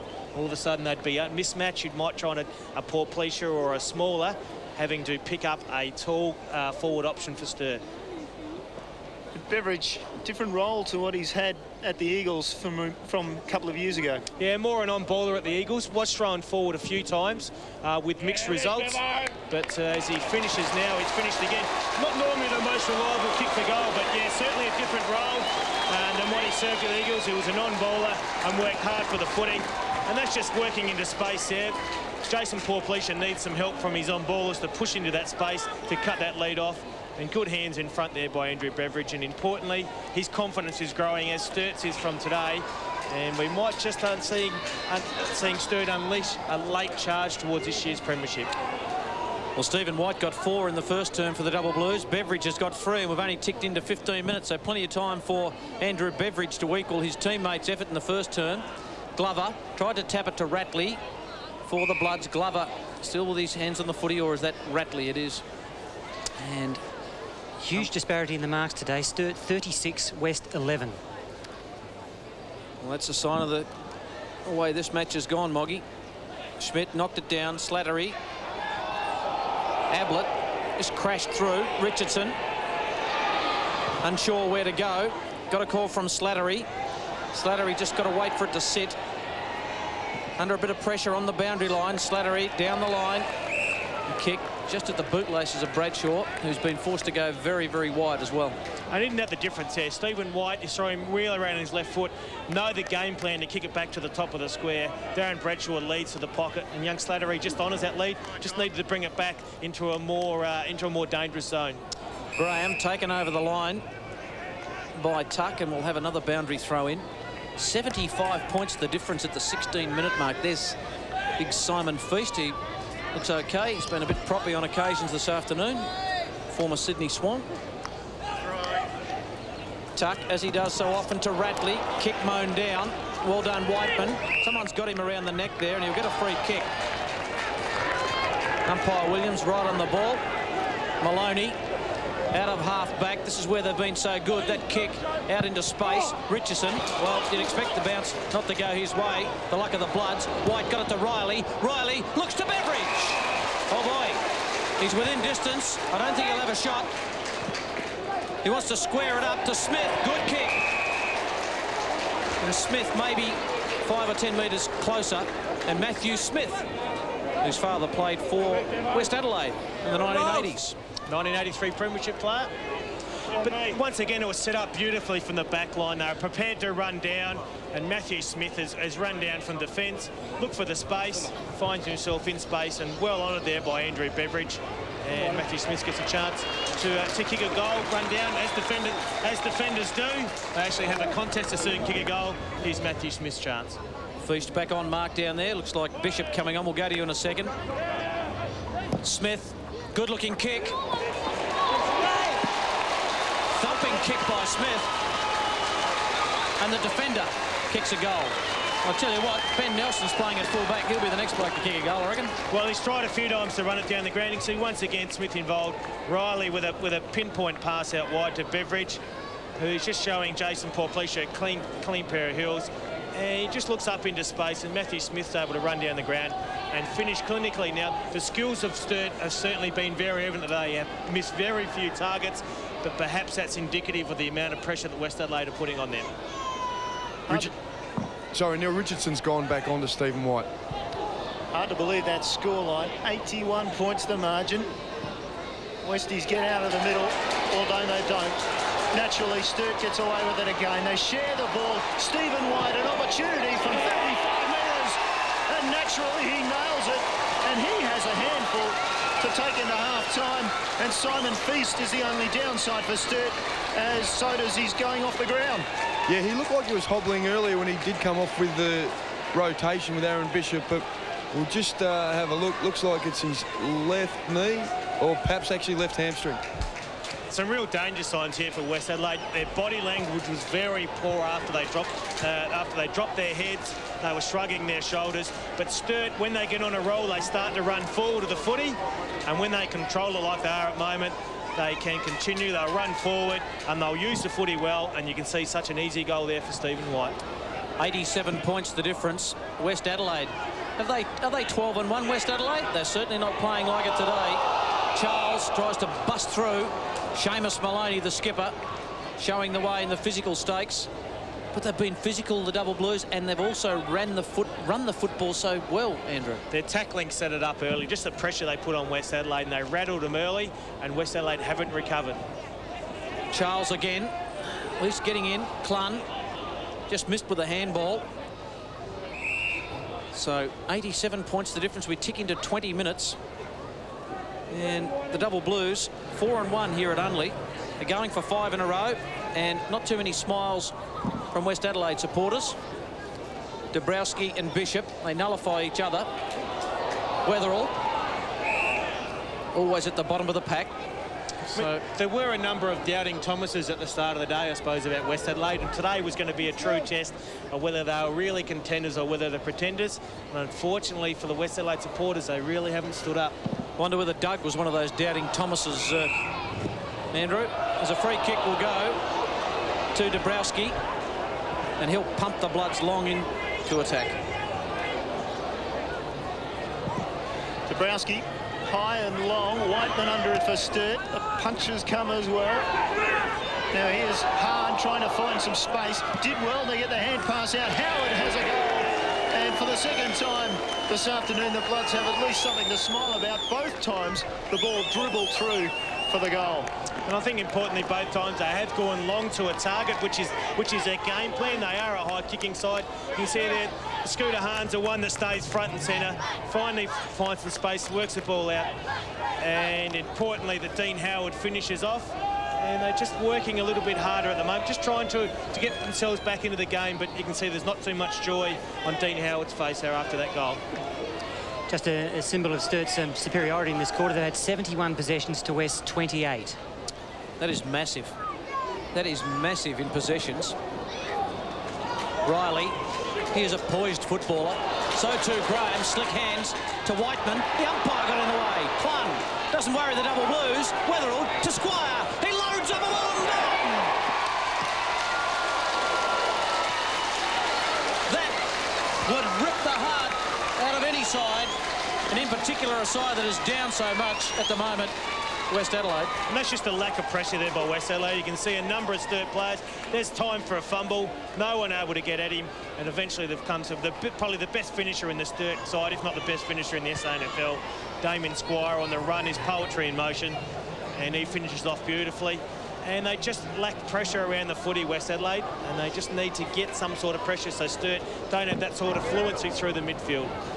So Sturt break the ton at the 22-minute mark of the second term, and they may have time to add some more. Here's Clun, wants a hand pass. In the end, he's got a running player in Sheedy. Sheedy has Beveridge over the top, doesn't quite hit him. Beveridge, though, still paddles the ball out. And West Adelaide still unable to get the ball. And lacks of fortune again. They just share it so brilliantly. Another goal for the Double Blues. That time it was Cooper ended up on the end of it. But how's the work from Squire to centre up the ball in the first place? Yeah, wonderful distance there by Damien Squire. Good tackle there by Jay Sheedy. Squire just gets the ball going quickly. Clun with an easy overhead mark. Has the audacity to play on quickly there and the confidence to do it, to feed it to Cooper. And just finishes off beautifully. And as I said, this route just continues. West Adelaide not just doing the little things well. They're shepherding, they're tackling. The 1%ers has really fallen away today. Couple of goals to Cooper. 8 goals in the first term, the Double Blues. 9 so far in the second term. Bounce to the ball. Goes to Howman. To Clun. Just ducks inside 50. Looking for Chambers. Well played, Dre. The kick just died a bit on the trajectory there. And Dre was able to get to the front and mark. Not much happening for West Adelaide in this term. At least they've kicked a couple of goals, but it's been all the double blues. Hahn, the ball handling's just not there. Nathan, under pressure from Whiteman. Let's go down to Mark Soderstrom. Boys, news for Sturt. Well, they're on fire on the scoreboard. Simon Feast, unfortunately, has strained his hamstring, and he won't be risked for the rest of the game, I think, being this far ahead. Thanks for that, Mark. Getting deep into the heart of double blue territory down there, the former double blue himself. Taken by Ablett, who looks for Charles. Just got a yard on Smith. Charles kicks it inside 50, but who to? Number 39, Seamus Maloney. As they all just jostle, he just strides away. His kick's a good one to Riley. Riley to Beveridge on a long lead. I don't think it comes any better than that. He's kicked free, Beveridge. He's kicked free in this term, in fact. Short kick. And his use of the football has been exemplary, Andrew Beveridge. And it's exactly what I spoke about before. The on-ballers aren't pushing back in the space to help out their defenders there. And while the ball's transferred very quickly, Andrew Beveridge took that mark.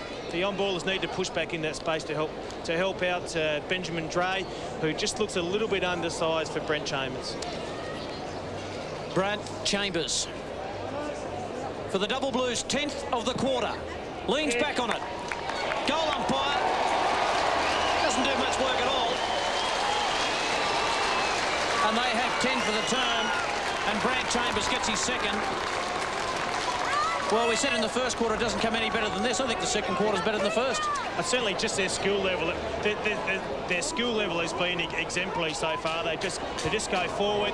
As we look at Simon Feast, the only downside of the day so far, just you can see him grab his left hamstring there, so I'd suggest that's about a 21-day break there for Simon Feast.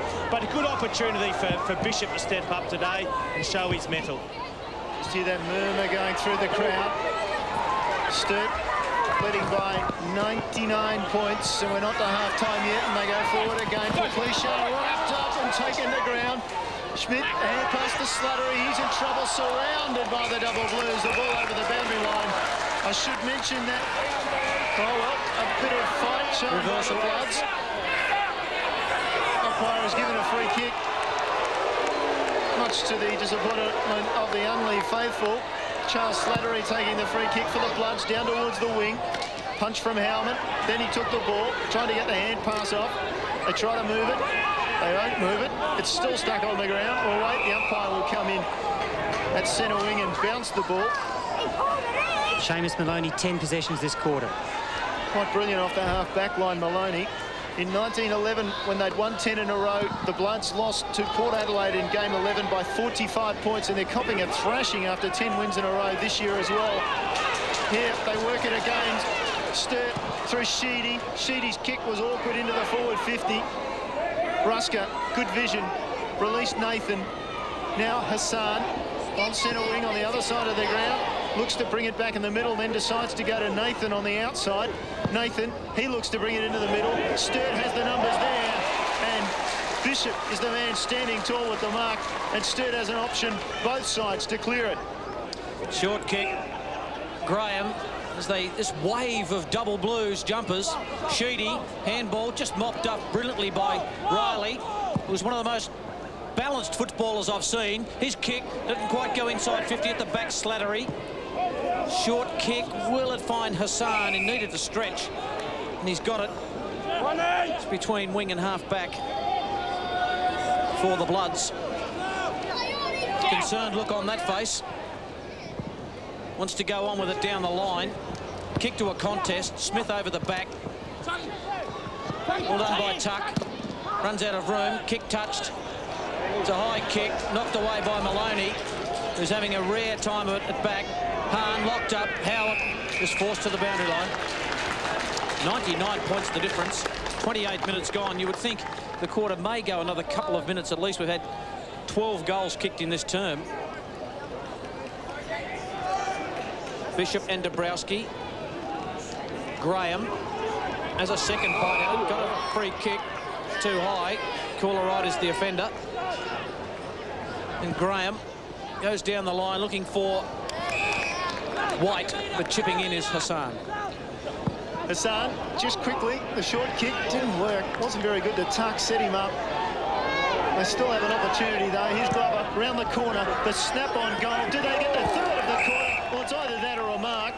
Wait on the umpire. Umpire says it's already through. The goal umpire signals the goal, and the Bloods have just their third of the afternoon. That one coming at the 29-minute mark, and it follows on from a goal at the 10-minute mark and the 21-minute mark. There's a long time between goals for Westies. And just good presence of mind there by Ross Glover, just to turn the footy around the corner. You can see him just has a quick look, and you can see but very little animation as far as West Adelaide is concerned. They realise the game is probably all over at half-time, and they're in for a long 60 minutes in the second half. 115 plays 22. What an outstanding performance in the first half by Sturt. Caller righties. Maybe that should have been called. Who knows? Sheedy to Smith off a step. Bouncing ball. Favours White, who uses a bit of toe, Big Stephen. Gets there. Wants to give it off to Graham. Graham, good enough to get around. To Cooper. Mown down. Well played. That was Slattery. Good work. Nathan. It's on the wing out of side.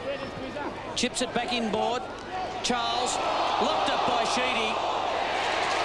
And Ping for holding the ball. Siren time. What a quarter. Sean Wren. The old cliche is go back to the drawing board. I think he might smash it at half-time. But at half-time, the Double Blues 18-7, 115 lead West Adelaide 3-4-22. And Andrew Rogers, it'll take you a long time, but take us through those goal kickers in the first half. Well, it's been 10-goal term for Sturt. And what a big weekend it is on ABC Sport around the country. It's a Super Sunday of sport on ABC this week. The action begins at 7 a.m. in Jamaica for the 2003 Netball World Championship semi-final. Then International Test Cricket. Australia takes on Bangladesh, Day 3 from Darwin. ABC's Super Sunday of live sport this week. So plenty to look forward to on ABC Sport. Australia versus England in the semi-finals of the netball tomorrow morning. And well, the game here this afternoon, all but over in some ways at half-time, Sturt by 93 points over Westies. They really are. They've really tailed them so far, and it's been disappointing from the West Adelaide point of view. They have had a number of key forwards who are heavily involved. Stephen White was heavily involved in the first quarter, and Andrew Beveridge chipped in with his 3 goals there. Acts as a very valuable foil up forward for the tall marking targets. So we get a look at one of West Adelaide's highlights of few. Ryan Ablin able to get off the handball to Darren Bradshaw. Just had the presence of mind, just to dribble the ball along the ground to get it done early. What's gone wrong for Westies? I mean, they've broken down in so many areas. Is it just a Sturt hitting hard early and the confidence broken down, or is it more deeper than that? I think it's just what actually happens when you win a lot of footy. It breeds bad habits, and they just really haven't had the intensity around the footy today. You can see Scooter Hahn there with the type of intensity it's expected.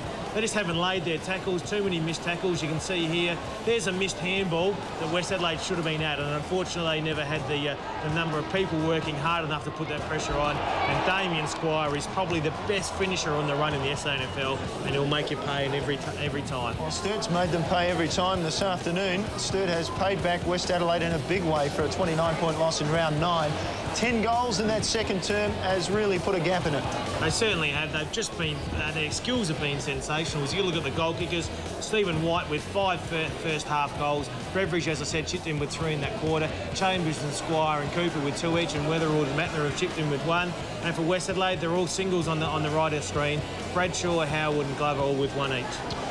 And as we see there, the stats, I don't know that those handballs have moved too much in the second term for Westies. They are the lowest handball side in the league, but gee, Sturt just powerful and winning quite easily at the moment. Mark Soderstrom joining us from the boundary, and Soda's plenty to like if you're a Double Blue fan, and if you're Westies, well, you're in a lot of trouble. That's true, Neil, but they are on top of the ladder, West Adelaide, and even if they do go down today, they're going to be a game clear of Central District. So just a matter, I think, of getting over this game, chalking it down as a bad one. There's a couple of key players still missing from their side, Luke Donaldson, Luke Norman, and also Dion Miles. So very important for the West Adelaide players that are still playing today to ensure they play for pride and they try and keep their spot, because there is some first choice players to return. Well, Salim Hassan, he's been playing in the back pocket, but he's got forward a couple of times today, and he's been important early in the season for Westies. That man, Stephen White, has been in brilliant form. 5 goals in the first half. We'll quickly go through scores from other grounds. Centrals by 38 points over Glenelg. The Eagles by 26 points over Port Adelaide. And South over North Adelaide by 57 points at half-time. Michael Maney with the start of the second half. Thanks, Neil. Big job ahead for West Adelaide. Thumped out of there by Dabrowski, sharked by Weatherall, who pumps them into attack. Richardson came out, couldn't take the mark. Down they go. Slattery was very, very clumsy on Matner. And Damien Squire, the last man to get up there for the Double Blues, the number 24. There's Martin Matner. 93 points the difference at half-time. We came to this ground thinking, what a day it's going to be. And it certainly turned out to be not the way we would have thought, and maybe not the way West Adelaide have thought. Here comes Howard, inside 50. Howard kicks a long, thumping kick. They're on the board in the second half. The Bloods. They need to show some character in this second half. And Dean Howard will, I think, just his second possession of the afternoon kicks his second goal. And exactly what West Adelaide wanted from a senior player. You can see he busts the pack, shake off the tackle, just steadies and kicks a long goal, which was a great start for West Adelaide in this second half. They are all about respect now in this second half. If they can gain Sturt's respect, let's win the third quarter and then win the last quarter, and let's get it down to a more manageable margin at the end of the day. Back in the centre, Dabrowski, Tuck, Weatherall, Bishop, just a little bit too quick for Sheedy. And Dabrowski's got Clun. Michael, that's more of what we expected there. West Adelaide closed them down inside. We saw just a handball, a fumble, a handball just Smith. That's what we came today expecting, but unfortunately West Adelaide haven't been able to close them down. Oh, just quick hands through there. On the end of it, Weatherall. Great tackle by Slattery. Ball in dispute. Slattery again. Richardson. This with a handball to Hassan. Just working his way into the game. Couple of possessions so far in this term. Tuck couldn't take it, knocked away by Smith. Weatherall just coughed it up, didn't quite get control of it. Bratley, we haven't called him too much. On the end of that is Piersanti. He has a bounce. He's just outside 50, runs inside. Great chase by Matner. Long kick by Piersanti. Could be home. The Bloods could have 2, win 2 minutes. Great kick, David Piersanti, and some semblance of teamwork and run and thought process for West Adelaide. And it would be pleasing this for Sean Wren that the younger players have been able to respond. I dare say the paint would have been stripping off the walls in the change rooms there at half-time. But they've run forward, they've taken some risks, they've been able to put pressure on the Sturt ball carriers. And importantly there, great chase by Martin Madden, but Piersanti finishes with a goal. They get the first 2 goals. As I said, let's win this quarter, put that one in the bank, and then suddenly try to win the last quarter and get this margin back to a more respectable margin. Back in the centre, Dabrowski, who needs to lift along with many teammates. At the bottom of that, Hassan fighting hard for the footy. In the first half. Get it out. Yes, sorry, Mike. In the first half, Sturt had 12 players in double-figure possessions. West had none. Very imposing, the Double Blues. Bad bounce by the umpire. Hassan does the ruck work to Tuck. He's clever. Wants to get around on that right leg. Kicks it inside 50. Who can take a mark? Ablett just about reeled it in. Taken by Howman. Maloney. Howard. Taken by Graham. Great tackle, Schmidt. Graham did well to get it to Sheedy. Awkward bouncing ball. In goes Chadwick. Around the corner, Ablett. But back there on his own is Smith for the Double Blues. Has Bishop in the pocket. Short, and Howman's on further down the line. Dabrowski 15 metres away from him. Howman, lovely smother by Dabrowski, who's really lifted, as have all his teammates. Short kick, Hassan, he could run into a goal here. Hassan in the pocket, kicks a beauty. Not quite good enough. Just hit the post. But West Adelaide, reborn. They certainly have, and there's these little things here like Brad Dabrowski's smother. Their tackling has suddenly improved a lot, and unfortunately Hassan just couldn't quite finish there. Is it a combination of Sturt just taking their foot off the accelerator, or is it West Adelaide improving? Well, we'll find out as the quarter progresses. Beautiful kick in, finds Nelson over there, and he's in a full Nelson at the moment. Just trapped by Hahn. And Hahn says there's a problem. for one or the other. Hahn signalling that I think he may have a problem. Nelson's okay. Scott Hahn, check that out with Sodas. Hahn definitely in trouble. Kick goes down the line. Big fly from the back tuck. Couldn't take it. Sturt with the numbers at the fall of the ball. Now they're working like they did in the first half. They work the numbers to half forward. Mattner over the top. Cooper then to Weatherall from 30 metres. Weatherall misses. You probably wouldn't see him more free-flowing. From the time they rode that front and centres, we get a look at Scotty Hahn coming off. They would just use the handball. They ran forward beautifully. Just took a finish from Tim Weatherall, and it would have been a great passage of play. Nathan out of half-back. Kicks to the bleachers. Looking for Bradshaw. Whiteman will be the man as the interchange. There's umpire Darcy Wright directing traffic. Whiteman, who can take a mark. Dabrowski at the front. Mattner just locked up Schmidt. Matthew Smith and Matthew Cooper there. Ball will be thrown back in. There's Martin Mattner. Important player in that first half of football. Michael, Scott Hahn has come off the ground with an injury, adding to the woes for West Adelaide. Chris Chubb did get a heavy knock in that first half. He has some problems with his vision, and we won't expect to see him back today. One man on the bench at the moment, West Adelaide. Hassan, who's had a busy third term. Nelson and Bradshaw, that matchup has been terrific. In goes Howard. Tackle just shrugs the Whiteman tackle and kicks it inside 50. Someone's going to have to fly, and it's Wicks.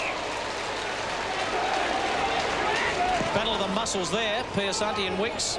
Good kick by Sheedy. It's a man over the top. Further down in Squire. In a bit of space has Smith. They're running forward. They're everywhere, the double blues. Smith. Outside 50, a spear to Chambers. Can't take the mark, ball knocked away. Good defence by West Adelaide. Schmidt worked to the line by Tim Weatherall. So we get a look at Scotty Hahn here, just up in the air. Just lands awkwardly on that left, might have been the left ankle or left knee that just buckled slightly. And I believe it's a left ankle looking at that trainer. Clearing the ball away. Sturt from the throw in. Just couldn't quite get the handle there, Squire, and eventually Richardson takes it over the line in the forward pocket for the double blues. 7 minutes into the third term, it's certainly been a better contest from Westies than it was in the first half, for most of the first half at least. The ball thrown in now. Tuck got his hands to the ball, so did Squire. Neither could take possession. Portlesia with the quick hands. Slattery, a little toe poke. Dabrowski missed the ball. Now Squire just gathered it and kicked it. The punch down to the front. Front and square was Mattner. Mattner finishes the job, or does he? Point-blank range. Marty Mattner lets his side down. Mind you, double blues could afford a few minor scores and a few minor hiccups. They're going along fairly nicely, judging by that scoreline. And yes, it is only 7 minutes into the third term. They certainly have been clinical. Their skills have been exemplary today. They've been clean with their hands and they've hit their targets with their kicks. Mainly due to the lack of pressure by the West Adelaide midfield, I believe. Misses by Weatherall and Mattner. There goes Riley. Poetry in motion as he just glided in and took that mark. Well, they were kicking them with their eyes shut in the first half, the double blues. A lot of early misses. At least they're getting their share of the football. West Adelaide have certainly come out in this second half with the job to do. Good kick by Riley. And how clever is that? Just a bit of arrogance from Squire. There is a little bit of arrogance there in there, just to being able to hold off his opponent there, Bratley, with one arm. Once again, see if he learns from the Stephen White kick here, how you started just at the right-hand goalpost, just work at the left-hand goalpost, sorry, and work it back. Is he a bit tighter than Stephen White? Probably Maybe. is. Probably almost a check side from here. We know he's a skilled player. Good vision of that. Just missed to the near side. He's probably a better kick on the run rather than a set shot. Tends to love them more when he's running straight, can run his 5 or 10 metres. We're going to look at Scotty Hahn trying to get forward, trying to get things going. I suggest West Adelaide badly need him out there for them to be competitive in the second half. Bishop with a punch, Mattner with a tap. And the kick defensively comes out to Hassan. Hassan, lucky, looks inside, running for him. This Piacenti couldn't trap it, and it just bounced past Smith. And here comes Smith the other way for the Double Blues. They share it again at the back. Wicks pursued by Hassan. Got the hand pass inside to Sheedy, whose hand pass in return didn't do any favours to Wicks. He kicked the ball down the ground. And behind play, now Hassan is limping. So it's all falling apart for Westies, despite the fact they do have possession through Dabrowski. Centres up the ball. Glover, just a little chip. Doesn't really work, or does it? Ball taken away. No, it wasn't by the Double Blues. Eventually it comes to Bradshaw, has a fresh air shot. Double Blues with the numbers. Howman picks it up. Howman in trouble. Howman holding the ball. Perhaps no. Umpire will come in and bounce it. And what's the story down on the boundary there, Sodas? Well, it looks like an injury to Hassan in the ankle by the look of things, and he's just being assessed now. So with already 2 players in Hahn and Chubb out of business, they could be in a bit of trouble. Westies left with no one on the bench. Well, gee, from the replay, it looked very much like hamstring as well, didn't it? Ball in dispute. And he had been important too, Neil. You can see there, just grabs his right hamstring. He had been important. He was one of the West Adelaide midfielders that's suddenly starting to get his hand on the footy. That's right, Andrew. He had been their busiest player. 10 kicks and 3 handballs. Another blow to the Bloods, taken by Smith. Wobbly old ball. Out of bounds. Dr. Mark Soderstrom working overtime down there. What can you do, Doc? I can tell you, Michael, that I'm going to put my physiotherapy degree back in the drawer, because Neil's right. It's his right hamstring. We didn't have the advantage of the replay that we saw, mate, so don't worry about it. We won't fail you on that. Well done, Mark. Also well done by Koularides, who squares it up looking for Ablett. Which way will it bounce? Maybe Charles, who just came on the ground a moment ago. Howman. It's just a breeze through there. Jammed it on the boot. Slattery and Clun. They both miss it. Well done, Slattery. First back to the footy. Nelson wearing him. Portlesia just comes in to lend assistance. Down the line to Charles in a bit of space. A couple of kicks out from goal. Whiteman stands the mark. Has got young Chadwick and/or Ablett. Ablett takes it right on 50 and just settles things down a bit. He'll probably get the distance from here. Generally a very good kick for goal too, Michael. I suggest you go back and that. Been an interesting duel there with Brett Howman. Bad will run down the ground and run off him. They've actually pushed Brett Howman to full forward, push Ablett to full forward to take away Brett Howman's run and produce Darren Bradshaw out at centre half forward. This to bring it back to 77 points. I do believe that's hit the very top. I don't see too many hit right on the top of the goalpost. It really is a big long kick. I mean, that's hit the goalpost right on the top. It's gone. That's gone 60 metres, a drop punter. He's a very good kick. Just couldn't quite nail that goal. And just to continue this momentum that West Adelaide have started. Sturt again looking to run from the back. Here's Magna on his favoured left side. Kicks it down towards half forward. Squire at the back couldn't take control of it. Richardson got a hand to it. Out of bounds. 12.5 minutes and counting towards 13 in this third term. And Sturt well and truly in control. And a good story for Sturt today is Jade Sheedy's emergence as a player today. He really hadn't set the same standard of what he set himself last year. You can see he's been heavily involved today. Slattery, ball on boot very quickly, looking for Schmidt opposed to Smith for Sturt. There's a matchup that we really like as commentators. You've had a couple of cracks at that, Neil. I'm glad I haven't got anywhere near that one, thank goodness. We get another bounce centre wing. Richard Williams, the umpire there, just calling for the ball. And Koularides saw rather... Yes, it is Koularides coming up limping. And off the ball, Squire doing the job just to the umpire's right on trying to keep Tuck away from this bounce down. And Tuck tries to come over the top, doesn't quite get the fist to the ball. Umpire picks out a free kick. It goes to Westies, and it goes to the advantage of Westies now. Howard pulled in the kick and decided to go short. Nice little pass, that one. Leading out. Number 43, Thomas Chadwick, in his debut game for West Adelaide. And this is Tom Chadwick's role. He's a small opportunist forward. He's relying very much on Darren Bradshaw and Ablett to make a contest for him. He does kick goals. He very much led the goal kicking last year for West Adelaide in the reserves, and this is his role. He should go back and kick this goal. And West Adelaide just enjoying a good passage at present. First kick in league football for Tom Chadwick, and sits it up nicely. He brings it back. A goal for Chadwick on debut. His first kick in league football is a goal. And the Westies players showing good spirit to come and meet him and congratulate the little man. And it's a good test of West Adelaide's character here. They've certainly destroyed in the first half by a slick Sturt machine. And Dean Howard, who was very much missing in the first half, he's able to hit Tom Chadwick there with a kick. And importantly, he joins a very elite club, kicks his first goal with his first kick in footy, and it'll be something that young fella remember for the rest of his life. 3 unanswered goals in the third term. West Adelaide still plenty of work to do. Paul Pleasure, who's really given his all at half-back. Piersanti chopped off by Bishop. Matner to Weatherall. Outside 50. Kicks a long drop punt to Beveridge. Well, just too slick out of there. And Beveridge, well, he's probably having one of the better games he's had for Sturt since he arrived. Yes, and just a turnover in the midfield there, but importantly, the West Adelaide opponent took his eye off the footy. And as soon as you take your eye off the footy as a defender, you're in all sorts of trouble. Andrew Beveridge quite easily ducked back, took an easy mark, and has had his most productive game for Sturt this year, which is his first year at the club. And it's really added a valuable foil up forward, chipped in with his 4th goal for the game there. And it's been, as I said, a good foil for Stephen White and for Brant Chambers up forward. We get a look here. Here's a turnover in the midfield. There it is there. Bishop, good smothering of the handball. And well carried the footy there by Weatherall. Kicks to the top of the square. And there, just a slight push. Jason Paul-Pelisha. It's not Jason Paul-Pelisha. It's Rusker. Shannon Rusker. Just lost him in the contest there. So Beveridge breaking somewhat of a drought for Sturt. First goal since the 25-minute mark of the second term. We travelled 15 or thereabouts, just ticked over to 16 minutes in the third term. Of course, when they did kick that last goal, they were 99 points up when Brant Chambers, I keep making that mistake, Brant Chambers kicked his second. Well,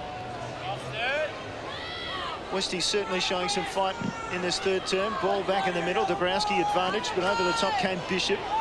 Now Howard, couple of touches, 3, 4, none of them go down in the stat sheet though, and here's Cooper through the crowd. And again, Sturt just working the numbers, and that looked like a throw or a hand.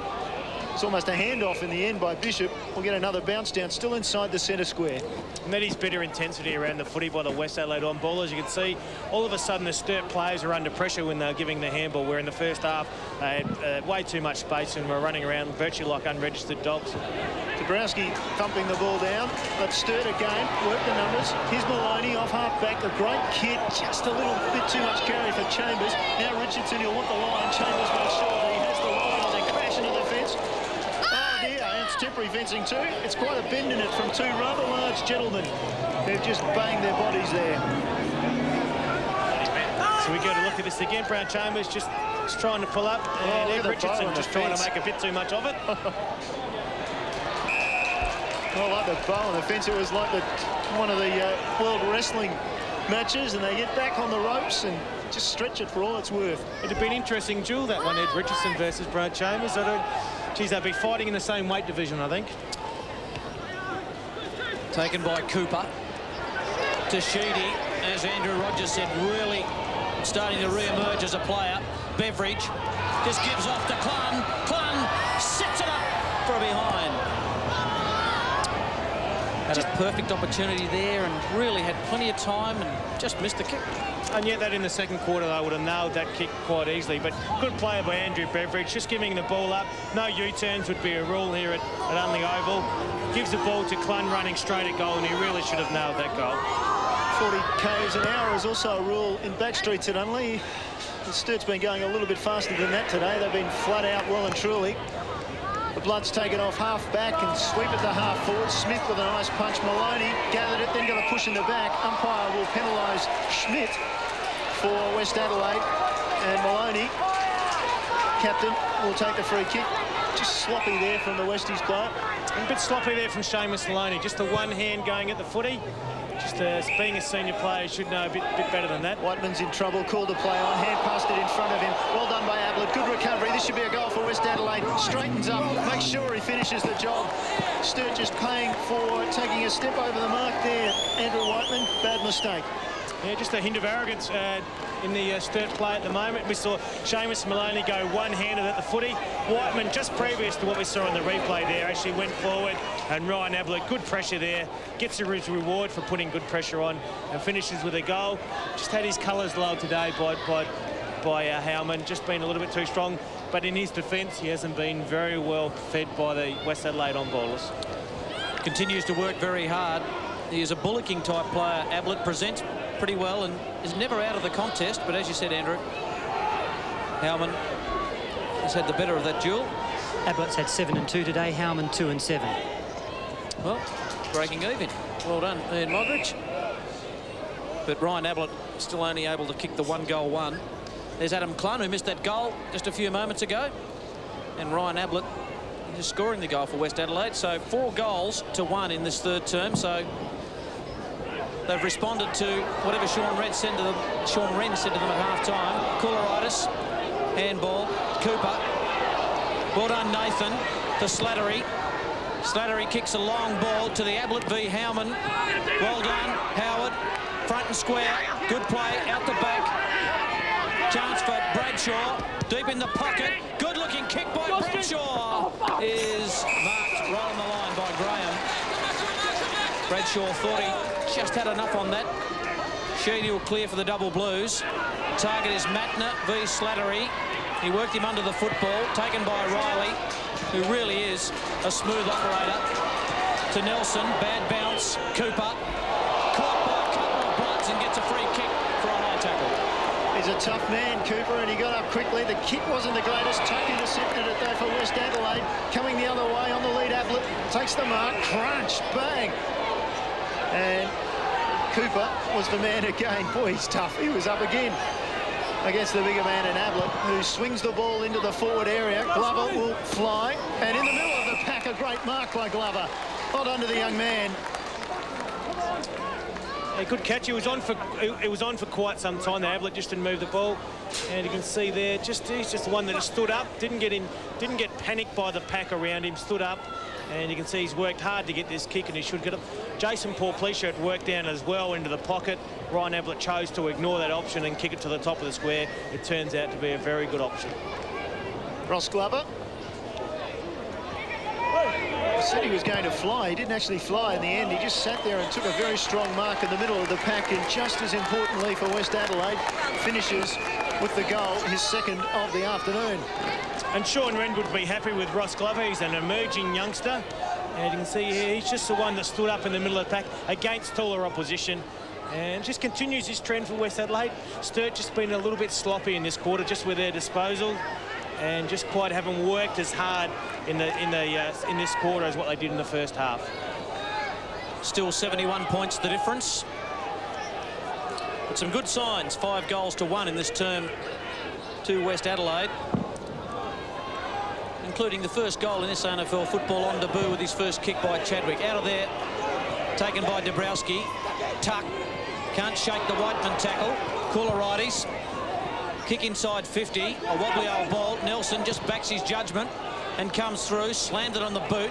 Dabrowski, knocked forward by Slattery. Sheedy, quick hands, Clun. He's caught by Slattery. Umpire said, holding the football. Advantage rule not paid. It's got to come back. So, and Slattery's working very hard in this term. Impressed with the way he's gone about it. Been impressive, but the whole West Adelaide have lifted their work rate, and there has been a fairly dramatic change in this whole game. Slattery honours the lead by Ablett. Well done, Howman. Ablett just can't shrug the tackle. To Tuck. Graham. A good defence by the double blues. Good kick by Graham. Spots Weatherall. Can't take the mark. Porplecia. No free kick. Weatherall just had a quick look at the umpire and said, how about it? It's just an aspect of Tim Weatherall's game that lets him down his overhead marking, but he's not renowned for that. He's certainly an in and under player, and he's been very instrumental in the way the game has progressed today. Back into play. Bishop with a lovely tap down. Howard intercepted, just a toe poke. Maloney having trouble again handling the ball, but he follows up, gets a little hand pass out in front. Graham, ball fell free from him. Porplecia ducked the head. Umpire said too high. He'll get a free kick. Scores from other grounds, and Central District leading Glenelg by 36 points. The Eagles by 11 points over Port Adelaide and 63 points South Adelaide over North Adelaide as Bishop takes a strong defensive mark in front of Ablett. It's a good push back into space there. Probably, yeah. I mean, all we need to do there is just bring the ball to the front there. All these crummers are going front and forward. Ryan Ablett just needs to learn just to punch that ball forward. Boys, I think the happiest man on the field is Michael Curtis. He's been pacing interchange bench for 3 quarters. Bretton Phillips has finally led him on, and Matthew Cooper's come off the ground. Sturt, unlike the first half, not quite sharing the ball around and instead just kicked a kick. And the thumping kick from Bishop ended with a West Adelaide player taking the mark. And now Bishop has another mark and a short ball to Howman. Now to Weatherall. He's got a runner in Sheedy. Sheedy inside has Graham. Graham will look up. No, he won't. He'll go inside further again. And it was Plum to Graham. And Graham's kick was perfect for Beveridge to come out and meet. And Beveridge is waiting for Stephen White or somebody to make a lead. Beveridge has 4 this afternoon. Richard Williams falls over. That's why the cheers came up from the crowd. 25-minute mark of the third term. Beveridge, can he go the distance? Will kick from 52 or 53 metres out. He's carried it pretty well right to the line, touched on the line. Just an exciting transfer into play there. When Sturt run the ball through the midfield and they play the angles on the handball and they are clean, there's not too much. Jason Portlesia hasn't done a lot wrong against Andrew Beveridge today. He's been hit with some very high-skilled kicks. Jade Sheedy, 10 possessions in the second quarter, 10 in the third, 25 for the game. Thanks, Moggy. Dabrowski, the man, just getting the fingernail on in the end. Portlesia.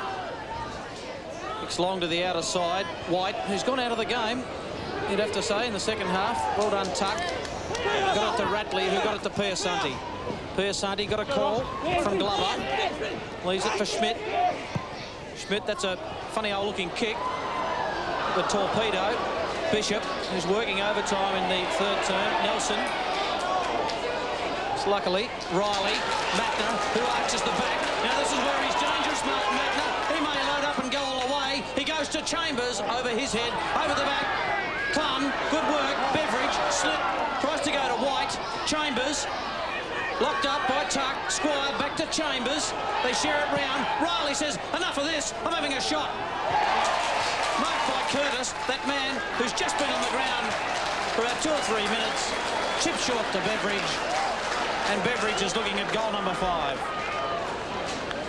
And I think importantly from West Adelaide's point of view is that they continue to work hard when they're making Sturt work for their goals now, and eventually just through persistence and perseverance they finally find the ball in Andrew Beveridge's hands, and he gets a chance to finish off a good day for him. From very close range, Andrew Beveridge.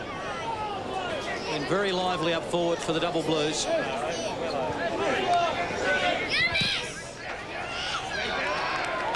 I think he might have just scraped it home.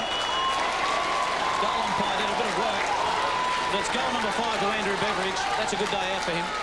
It certainly is a good day out for Andrew Beveridge. He's been instrumental. You can see he's involved with the handball there. He then has the ability to work hard and go forward. Riley finally comes through the chain of handballs. And good play by Curtis, just to keep the ball inside.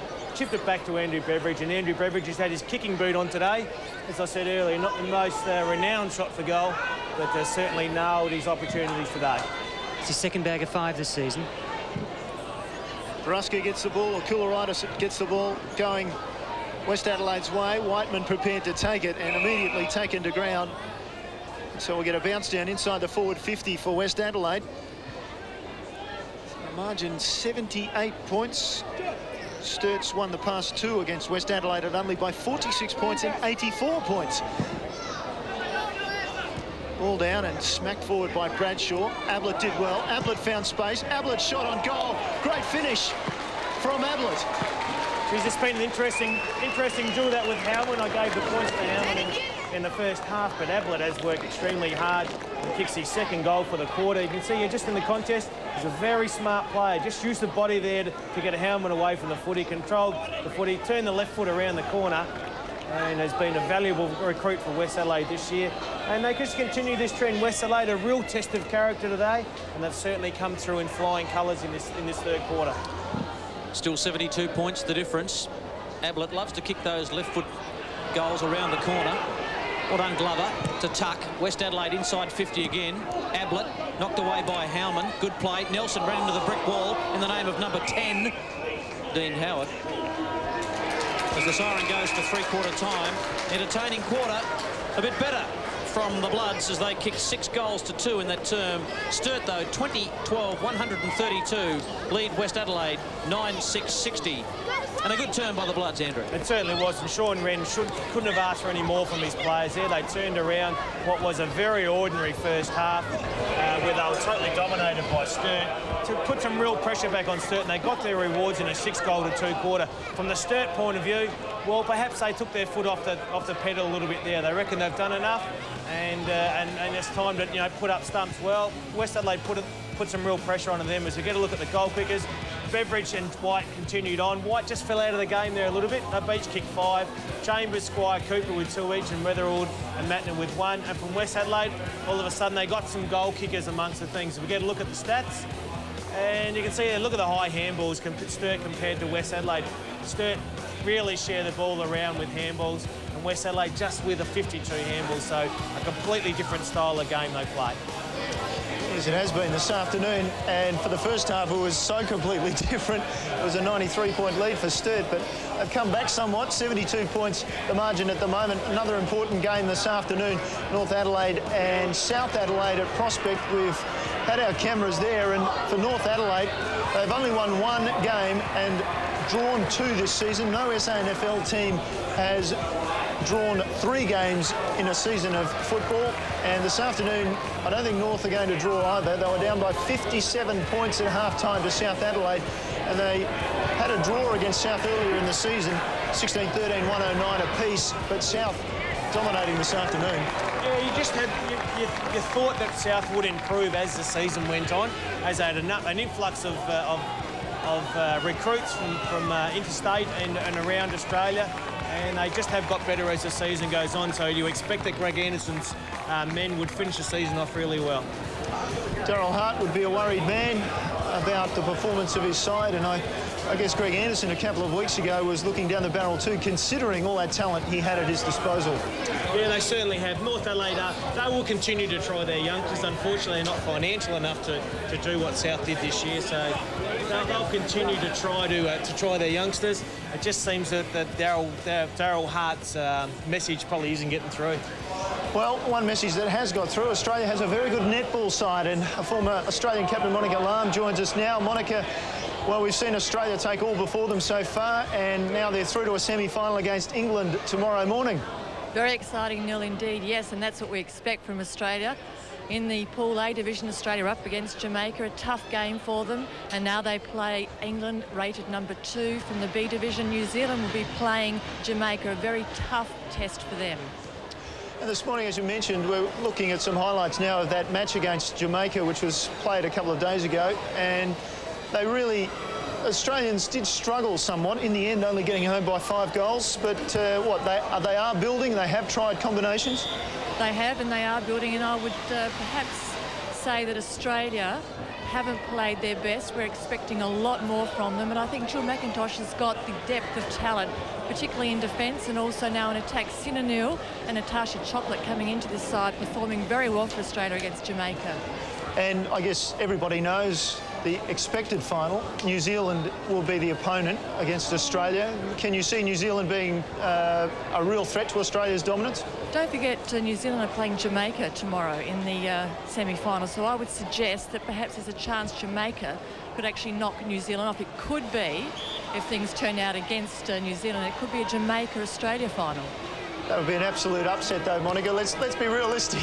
It would be an upset, but Jamaica have been doing pretty well, and I think New Zealand have had a very, very easy run in this competition. I mean, the hardest game that they've played is England, and they've beaten them by 19 goals, so haven't been tested, the New Zealand side. Well, we'll look forward to those semis on ABC TV tomorrow. Thank you, Monica, for joining us. And I wish I was in Jamaica. Neil may say it's very cold down here on the boundary. Well, maybe Sturt will warm up in the final quarter and get going for you. Here's hoping. Thank you. OK, thanks, Monica. Just those scores in the quarterfinals this morning. New Zealand 81 beat Samoa 28. Australia, a big win, 62-35 over Barbados. England 44-41, just 3 goals over South Africa. And Jamaica 74 over Fiji 38. So Australia against England tomorrow morning on ABC TV. It's a big weekend, as I said, of ABC Sport. A lot of history in the making in Darwin, and Steve Rabillion is our commentator for the cricket, which will be on ABC TV tomorrow morning. Good afternoon to you, Neil. Yes, a real sense of history about this Test match, and although the history is perhaps being accumulated a little bit slowly, the pitch and the outfield not that quick at Marara Oval, which I must say is an absolutely gorgeous venue, and the people have really enjoyed what they've seen so far, especially yesterday afternoon when they saw Brett Lee gliding in and delivering a couple of 150-kilometre-an-hour thunderbolts through the defences of the Bangladeshi batsmen.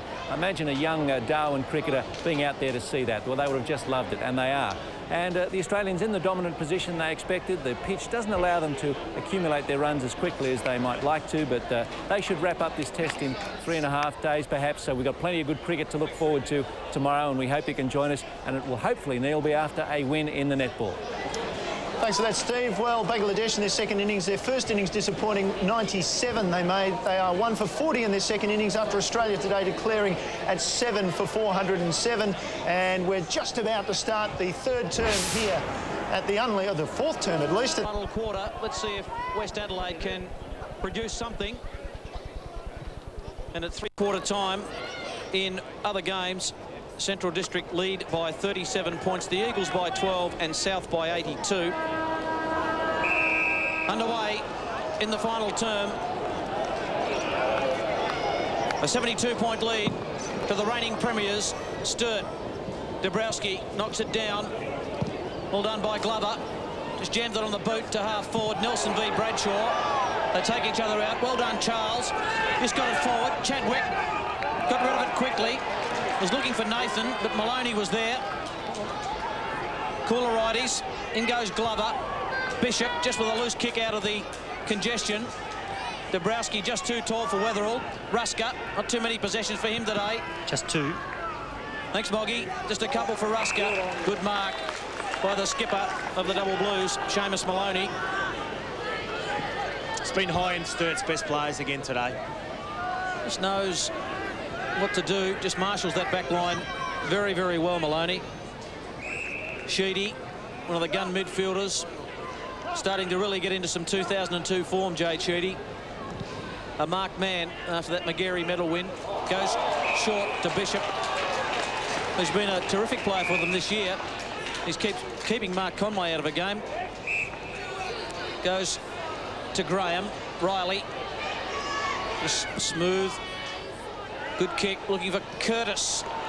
Should be fresh. Been on the bench all day. Coughs one high. And Michael Curtis will get it for the Double Blues and move it on to Nelson.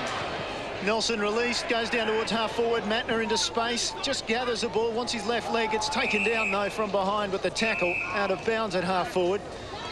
And Andrew Beveridge, you want to watch that fence line. Well, you saw a few weeks ago, we saw a match here where Beveridge ran into the fence and maybe the concrete around the fence line there and hurt his knee. Ball back into play. Tuck just took it out of the sky. Too severe with the hand pass. Ball on the ground. Finally comes out Clun. Tried to push off the tackle. And the umpire calls for a throw in. Right, John. Just a note on West's efficiency in that third quarter. They only had 57 possessions to Sturt's 82, and yet we scored 6 goals to 2. That man was not Ian Mogridge, but that man speaking was. Ball back into play. Just thumped down again, out of bounds. Another throw in.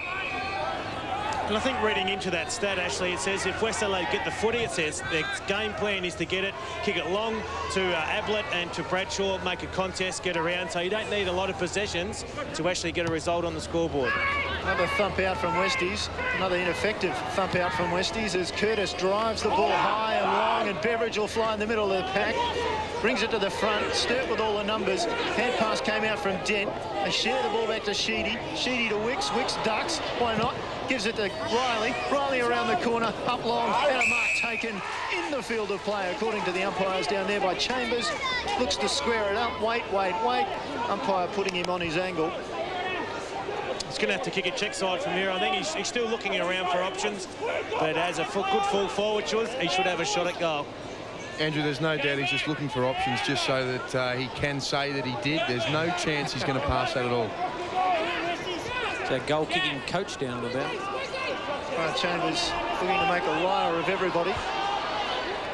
And now he's check-siding. Here we go. And he's kicking a goal. So it was all worthwhile. Goal to Sturt. And he just built the drama up beautifully there, didn't he? Just kicks his third for the day. And he just built that drama up. And he just Mark Soderstrom knows his players down here at Unley Oval. You see that they finally worked the ball forward. They're queuing up at half forward. Grant Chambers takes a mark just inside the line. He waited internally looking for options inside, but as Mark Soderstrom assures us, it was all a feint, and goes back and kicks a nice check side from the pocket, and just starting to build on a nice day. What's a good result here for West Adelaide, apart from the fact they'll lose? To win the last quarter and to win the last half, I think. Fair enough. Wetherell out of there to Riley. They've had a lot of the ball in the last term, the double blues. Slattery, good mark. He's shown some signs today, Charles Slattery. To Schmidt, he's had it pretty tough on Squire. Tackled by Mackner. Well done by Dre. Piasanti. It's a high kick. Dabrowski's going to have to go from the back and takes a lovely mark. Had to sit on Bishop. Dabrowski. Looking for Ablett in the middle of that bunch. Well done by Smith. Hacked off the ground by Riley. Squire and Ratley. Ratley just in the contest. Just sat on Squire there and took it to the line. And it's done a pretty good job by Damien Squire in the second half, although Damien Squire hasn't had the delivery he had in the first half, but he's done a pretty good job in the third quarter. So Ratley just growing in confidence and assuming himself as an SANFL player. Caller righties. Nathan. Bit of a fumble. Tuck went to ground very easily. Ratley. It pops out the back to Rusker. Rusker's inside 50. Long kick by Shannon Rusker. Up goes Bradshaw. A little bit early before acceptances for an old cliche. And the ball dribbles out. There's Ryan Ablett. And West Adelaide just starting to win a few of the 50-50 contests now. I suspect that it's actually the likes of Wetherell and Sheedy just dropping their work rate in this last quarter. There's Rusker around the corner and well and truly out of bounds on the full. Free kick will be taken back there. We're just waiting on the umpire to set the mark. And away goes Sturt running. Sheedy. In turn, he's got Riley leading for him wide. He goes in that sort of direction, and Riley fakes back, takes the mark. Well done. Wicks was almost running into his own player. They've got players through the middle of the ground. Goes long to Beveridge. Beveridge brings the ball to the ground. Clun almost there. Finally, it comes back to Beveridge. Around the corner from Beveridge from 40 metres. Well astray. Is it out of bounds? Wait on it.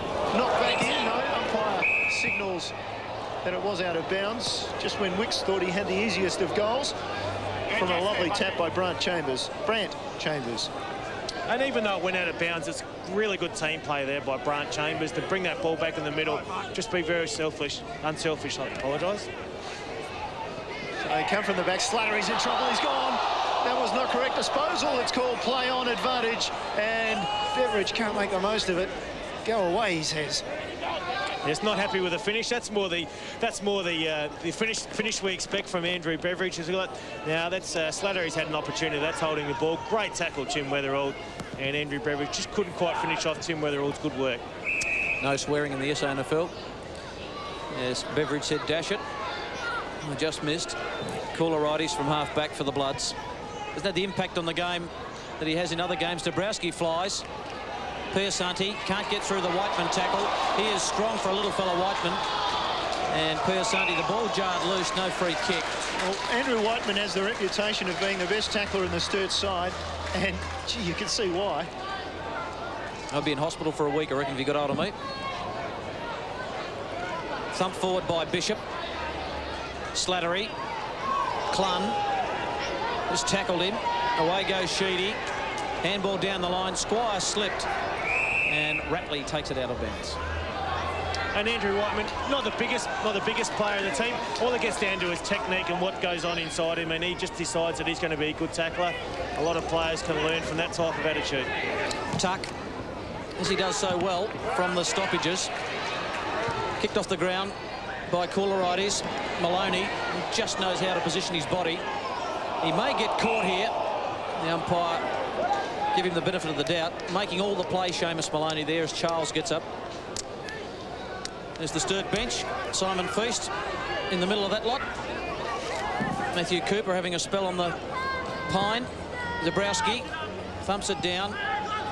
Chance here for Glover. Clever little kick over the top. Chadwick just takes it millimetres in. Runs around, squares it up. Good kick. Just spotted Rusker there. And Rusker, who's had a pretty dirty day himself, may get the chance to kick a goal. And that's good play by Tom Chadwick to move the ball on quickly. He realised he was on an acute angle, looked up in the middle, and Shannon Rusker had made himself available in the centre corridor, and he should go back and kick a much-needed goal for West Adelaide. Shannon Rusker from about 30 metres out directly in front. Just pops it through for the easiest of goals. Well played by young Chadwick.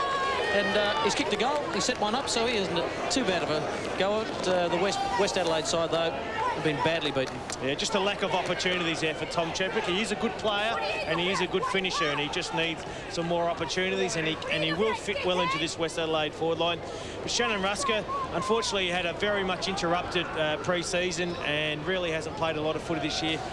Been thrown in the midfield in this last quarter and has gained some of the footy, so it's a positive there for Sean Wren. Back in the middle, bounce down.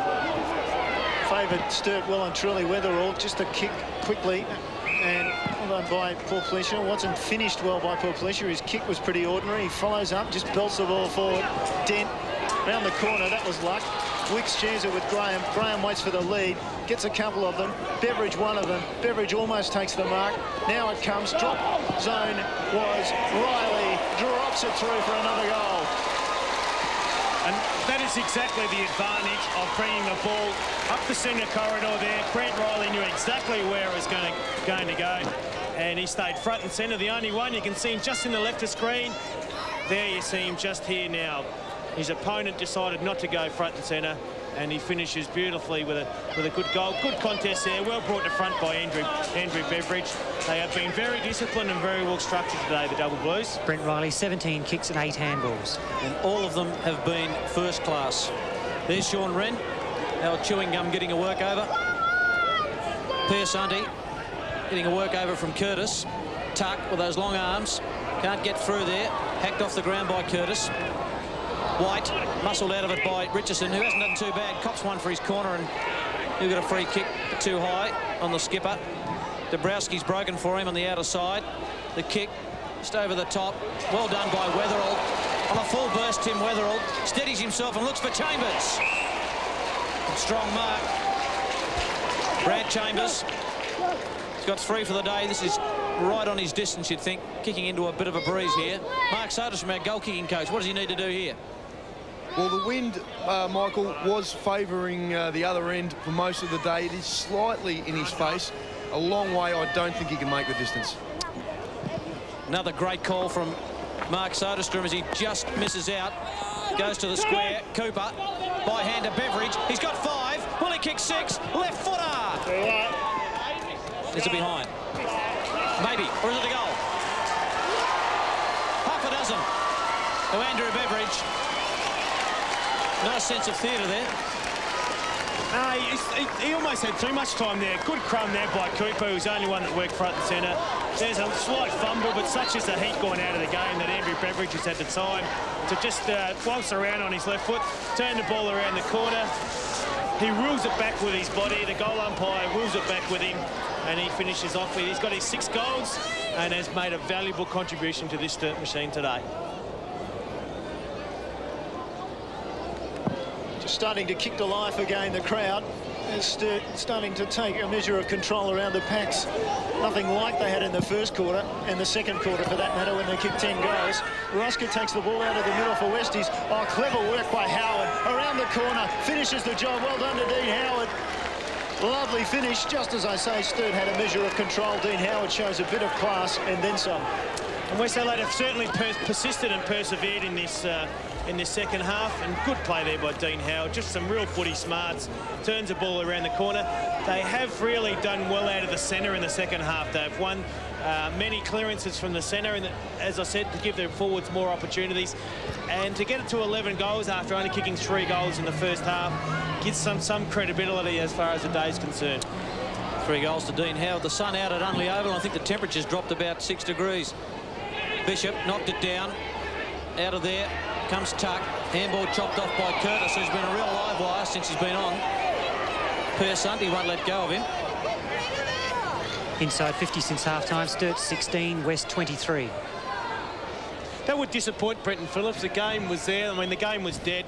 They'd certainly done plenty of things. Just to not to play the 4 quarters would be the only disappointment out of the day. And Simon Feast, of course, his hamstring injury. Clun just hacks it out of there. Slattery. It's around the corner. And good mark by Nathan. I think he had enough of that in front of Dent. And did our cameraman Simon down there. He's just absolutely brilliant down that boundary line. Also Bishop, who takes the mark, finds Nelson out of side.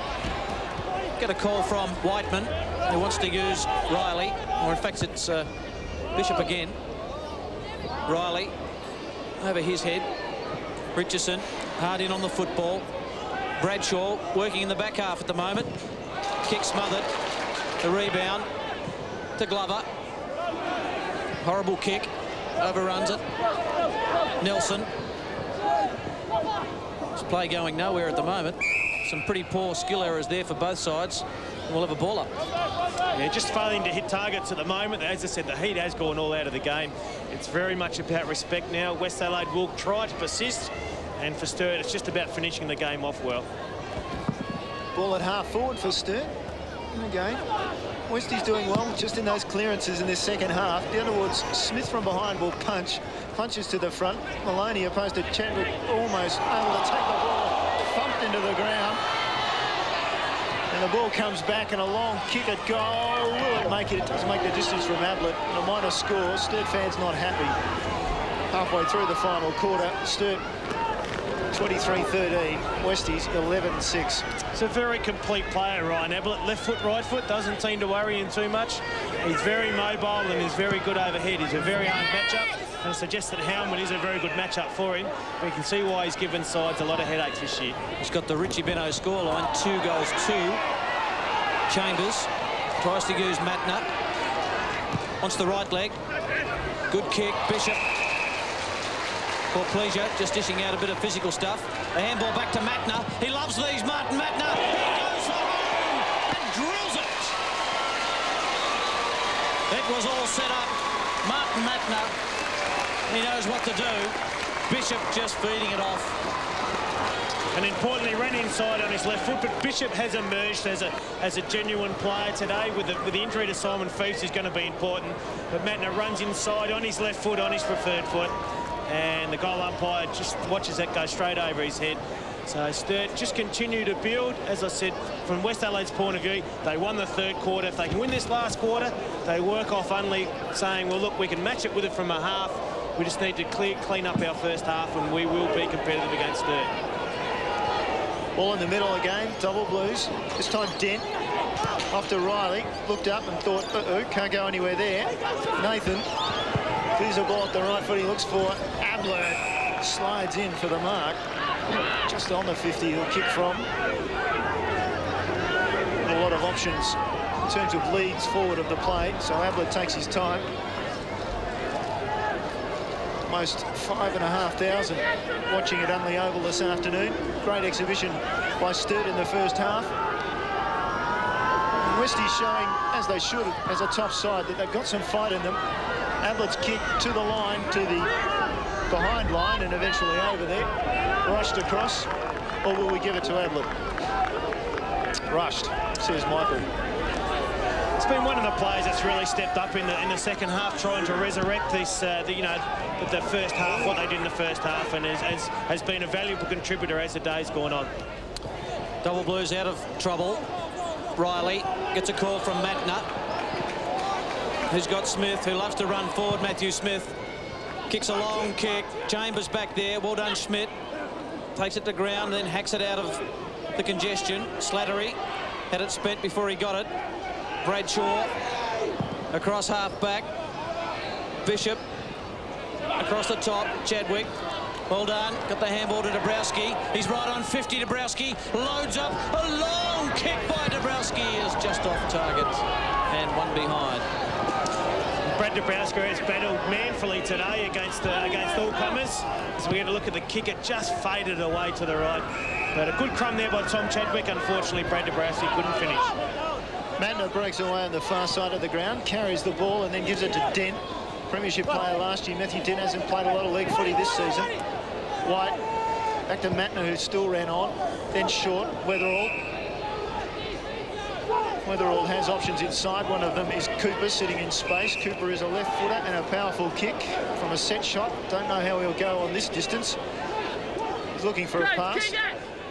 I just suggest he's just outside his distance here, Neil.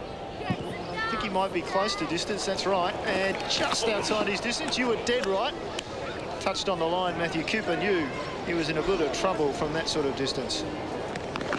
So Matthew Cooper, once again, one of the on-ball brigade from Sturt that has been so prolific today.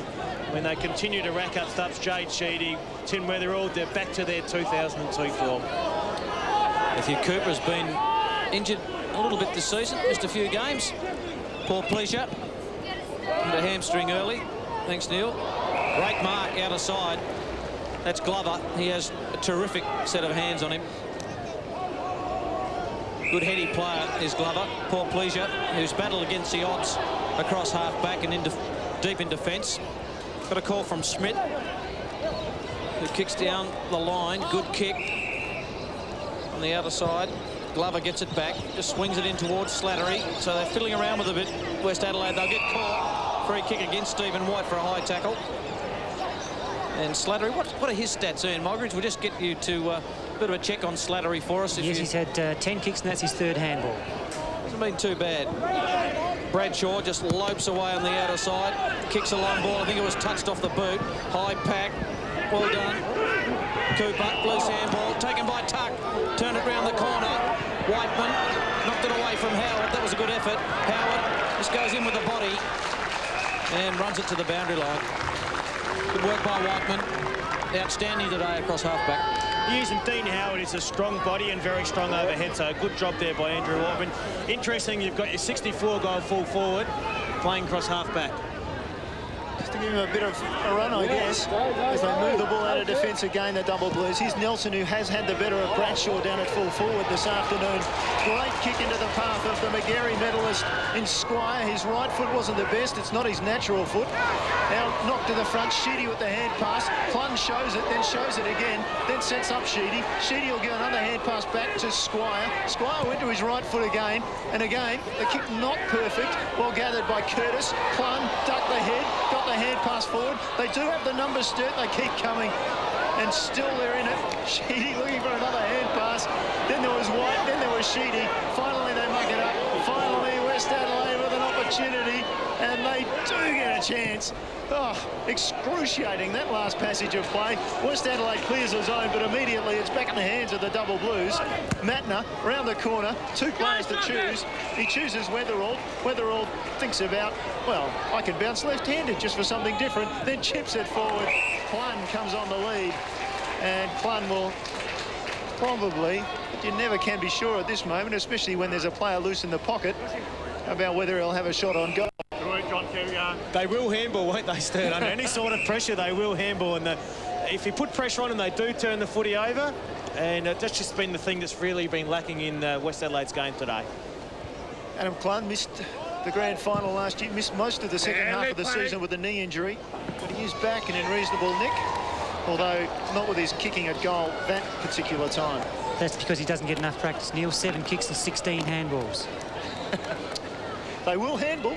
I suggest the ratio is similar. For Jade Sheedy would have similar type of stats. He has, Andrew. As with Tim Weatherall. 11 and 23 for Sheedy and 11 and 15 for Weatherall.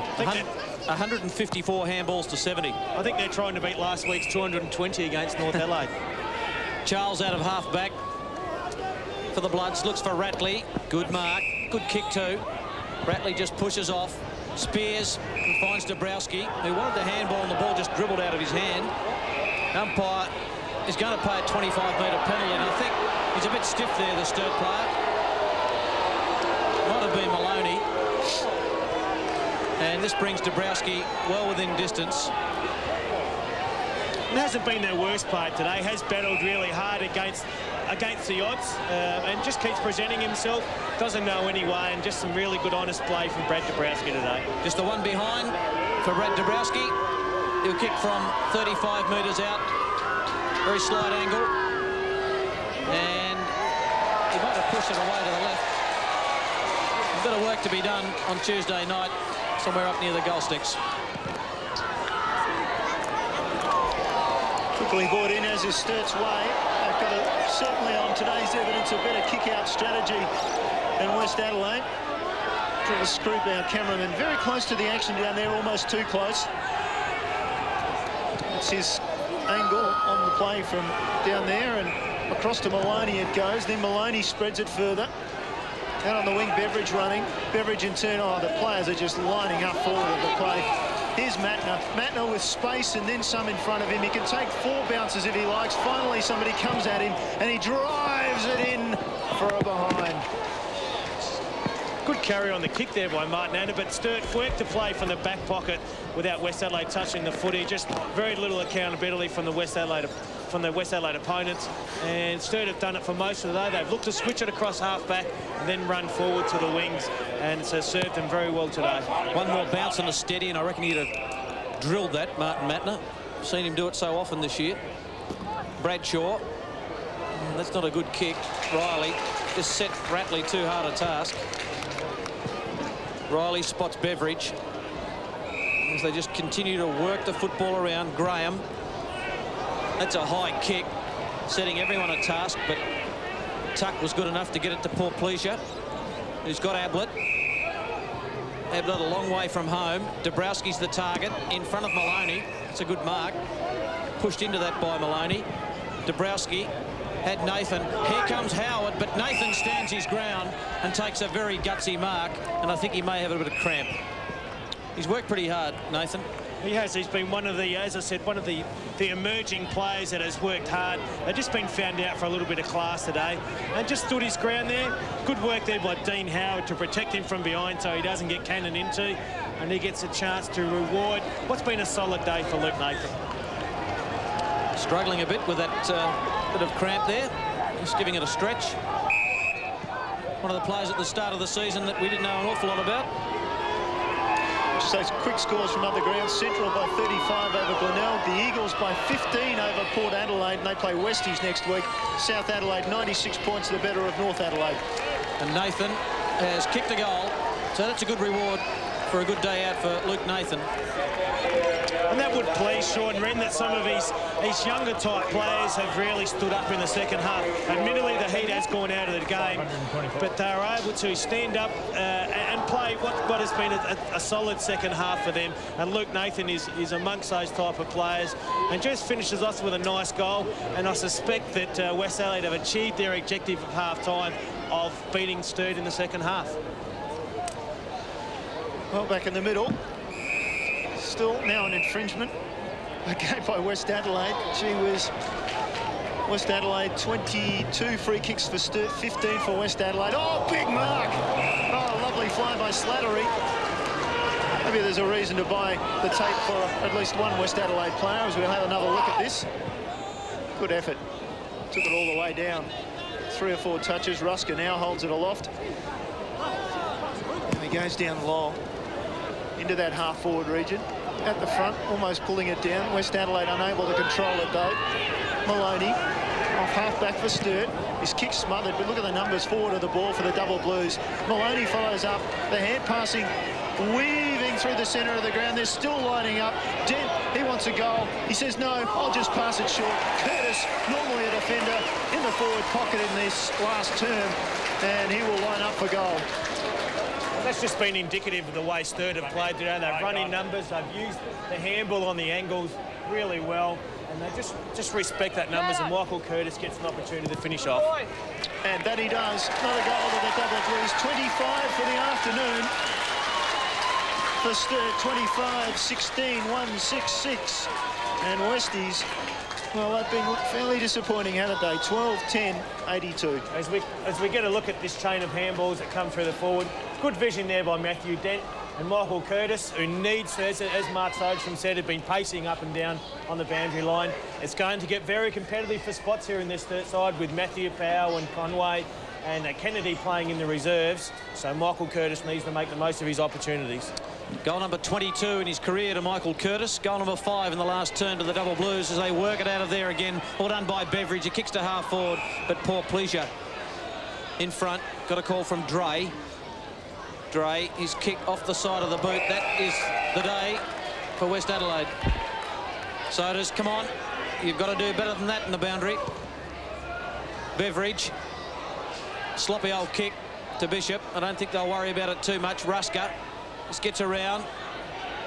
Decides to have a couple of bounces. We know he's got pace. Feeds off to Cooleritis. Cooleritis from outside 50. That's a long kick. To the back. Good marks taken by Bradshaw, who's floated down. Played a bit of the first half of this last quarter down back. It's a good stretch. And a bright spot there for Shannon Rusker's form in this last quarter. Certainly found the footy. And all he did there was kick it to the top of the square, and the kick actually favoured Darren Bradshaw. And he was able to take, while the two blokes were wrestling in front of him, he was able to just glide across the back and take quite an easy mark. He's got one so far. Make that 2. So a consolation goal to West Adelaide. As the siren goes to end this match, a comprehensive drubbing of West Adelaide by Sturt.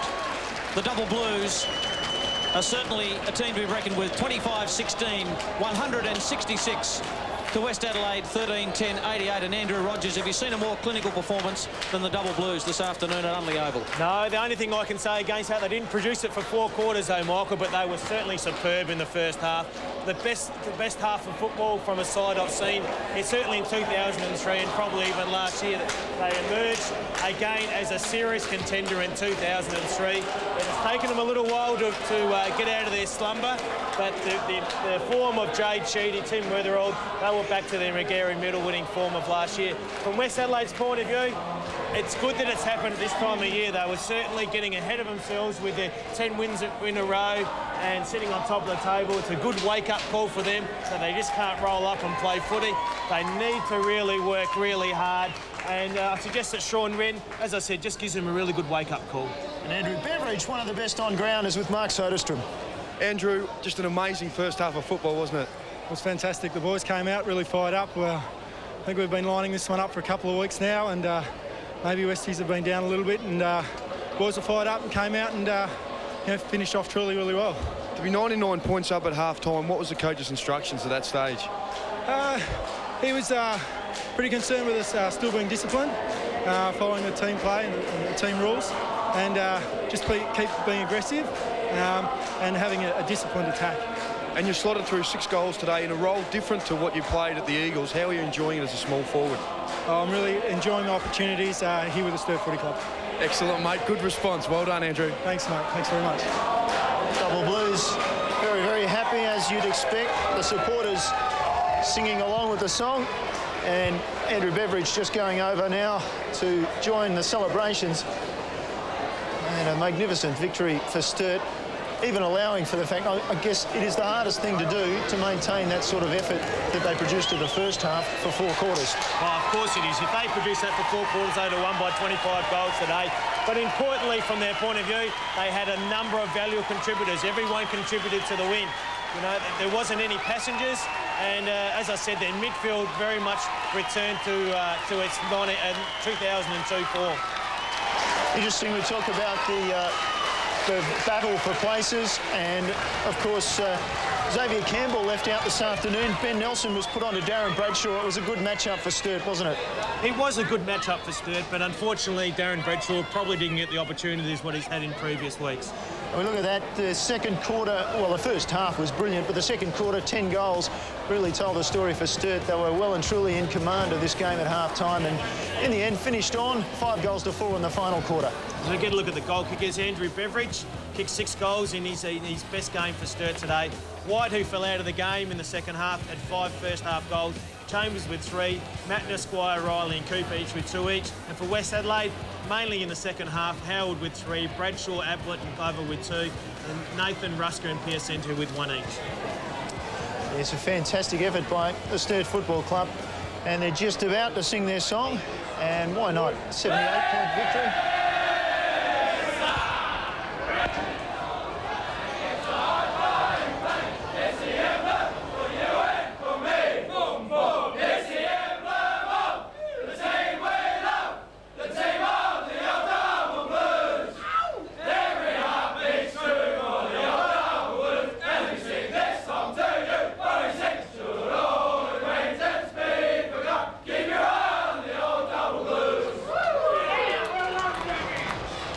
Next week coming up, West Adelaide against Port Adelaide, and of course all the other matches as well in round 17 of SANFL footy. Westies against Port, the 2 losers this afternoon. Don't forget the netball and the cricket coming up tomorrow, the semi-finals, and then the final of the netball on Monday at 9 o'clock, and the cricket tomorrow from 9:25, Australia versus Bangladesh.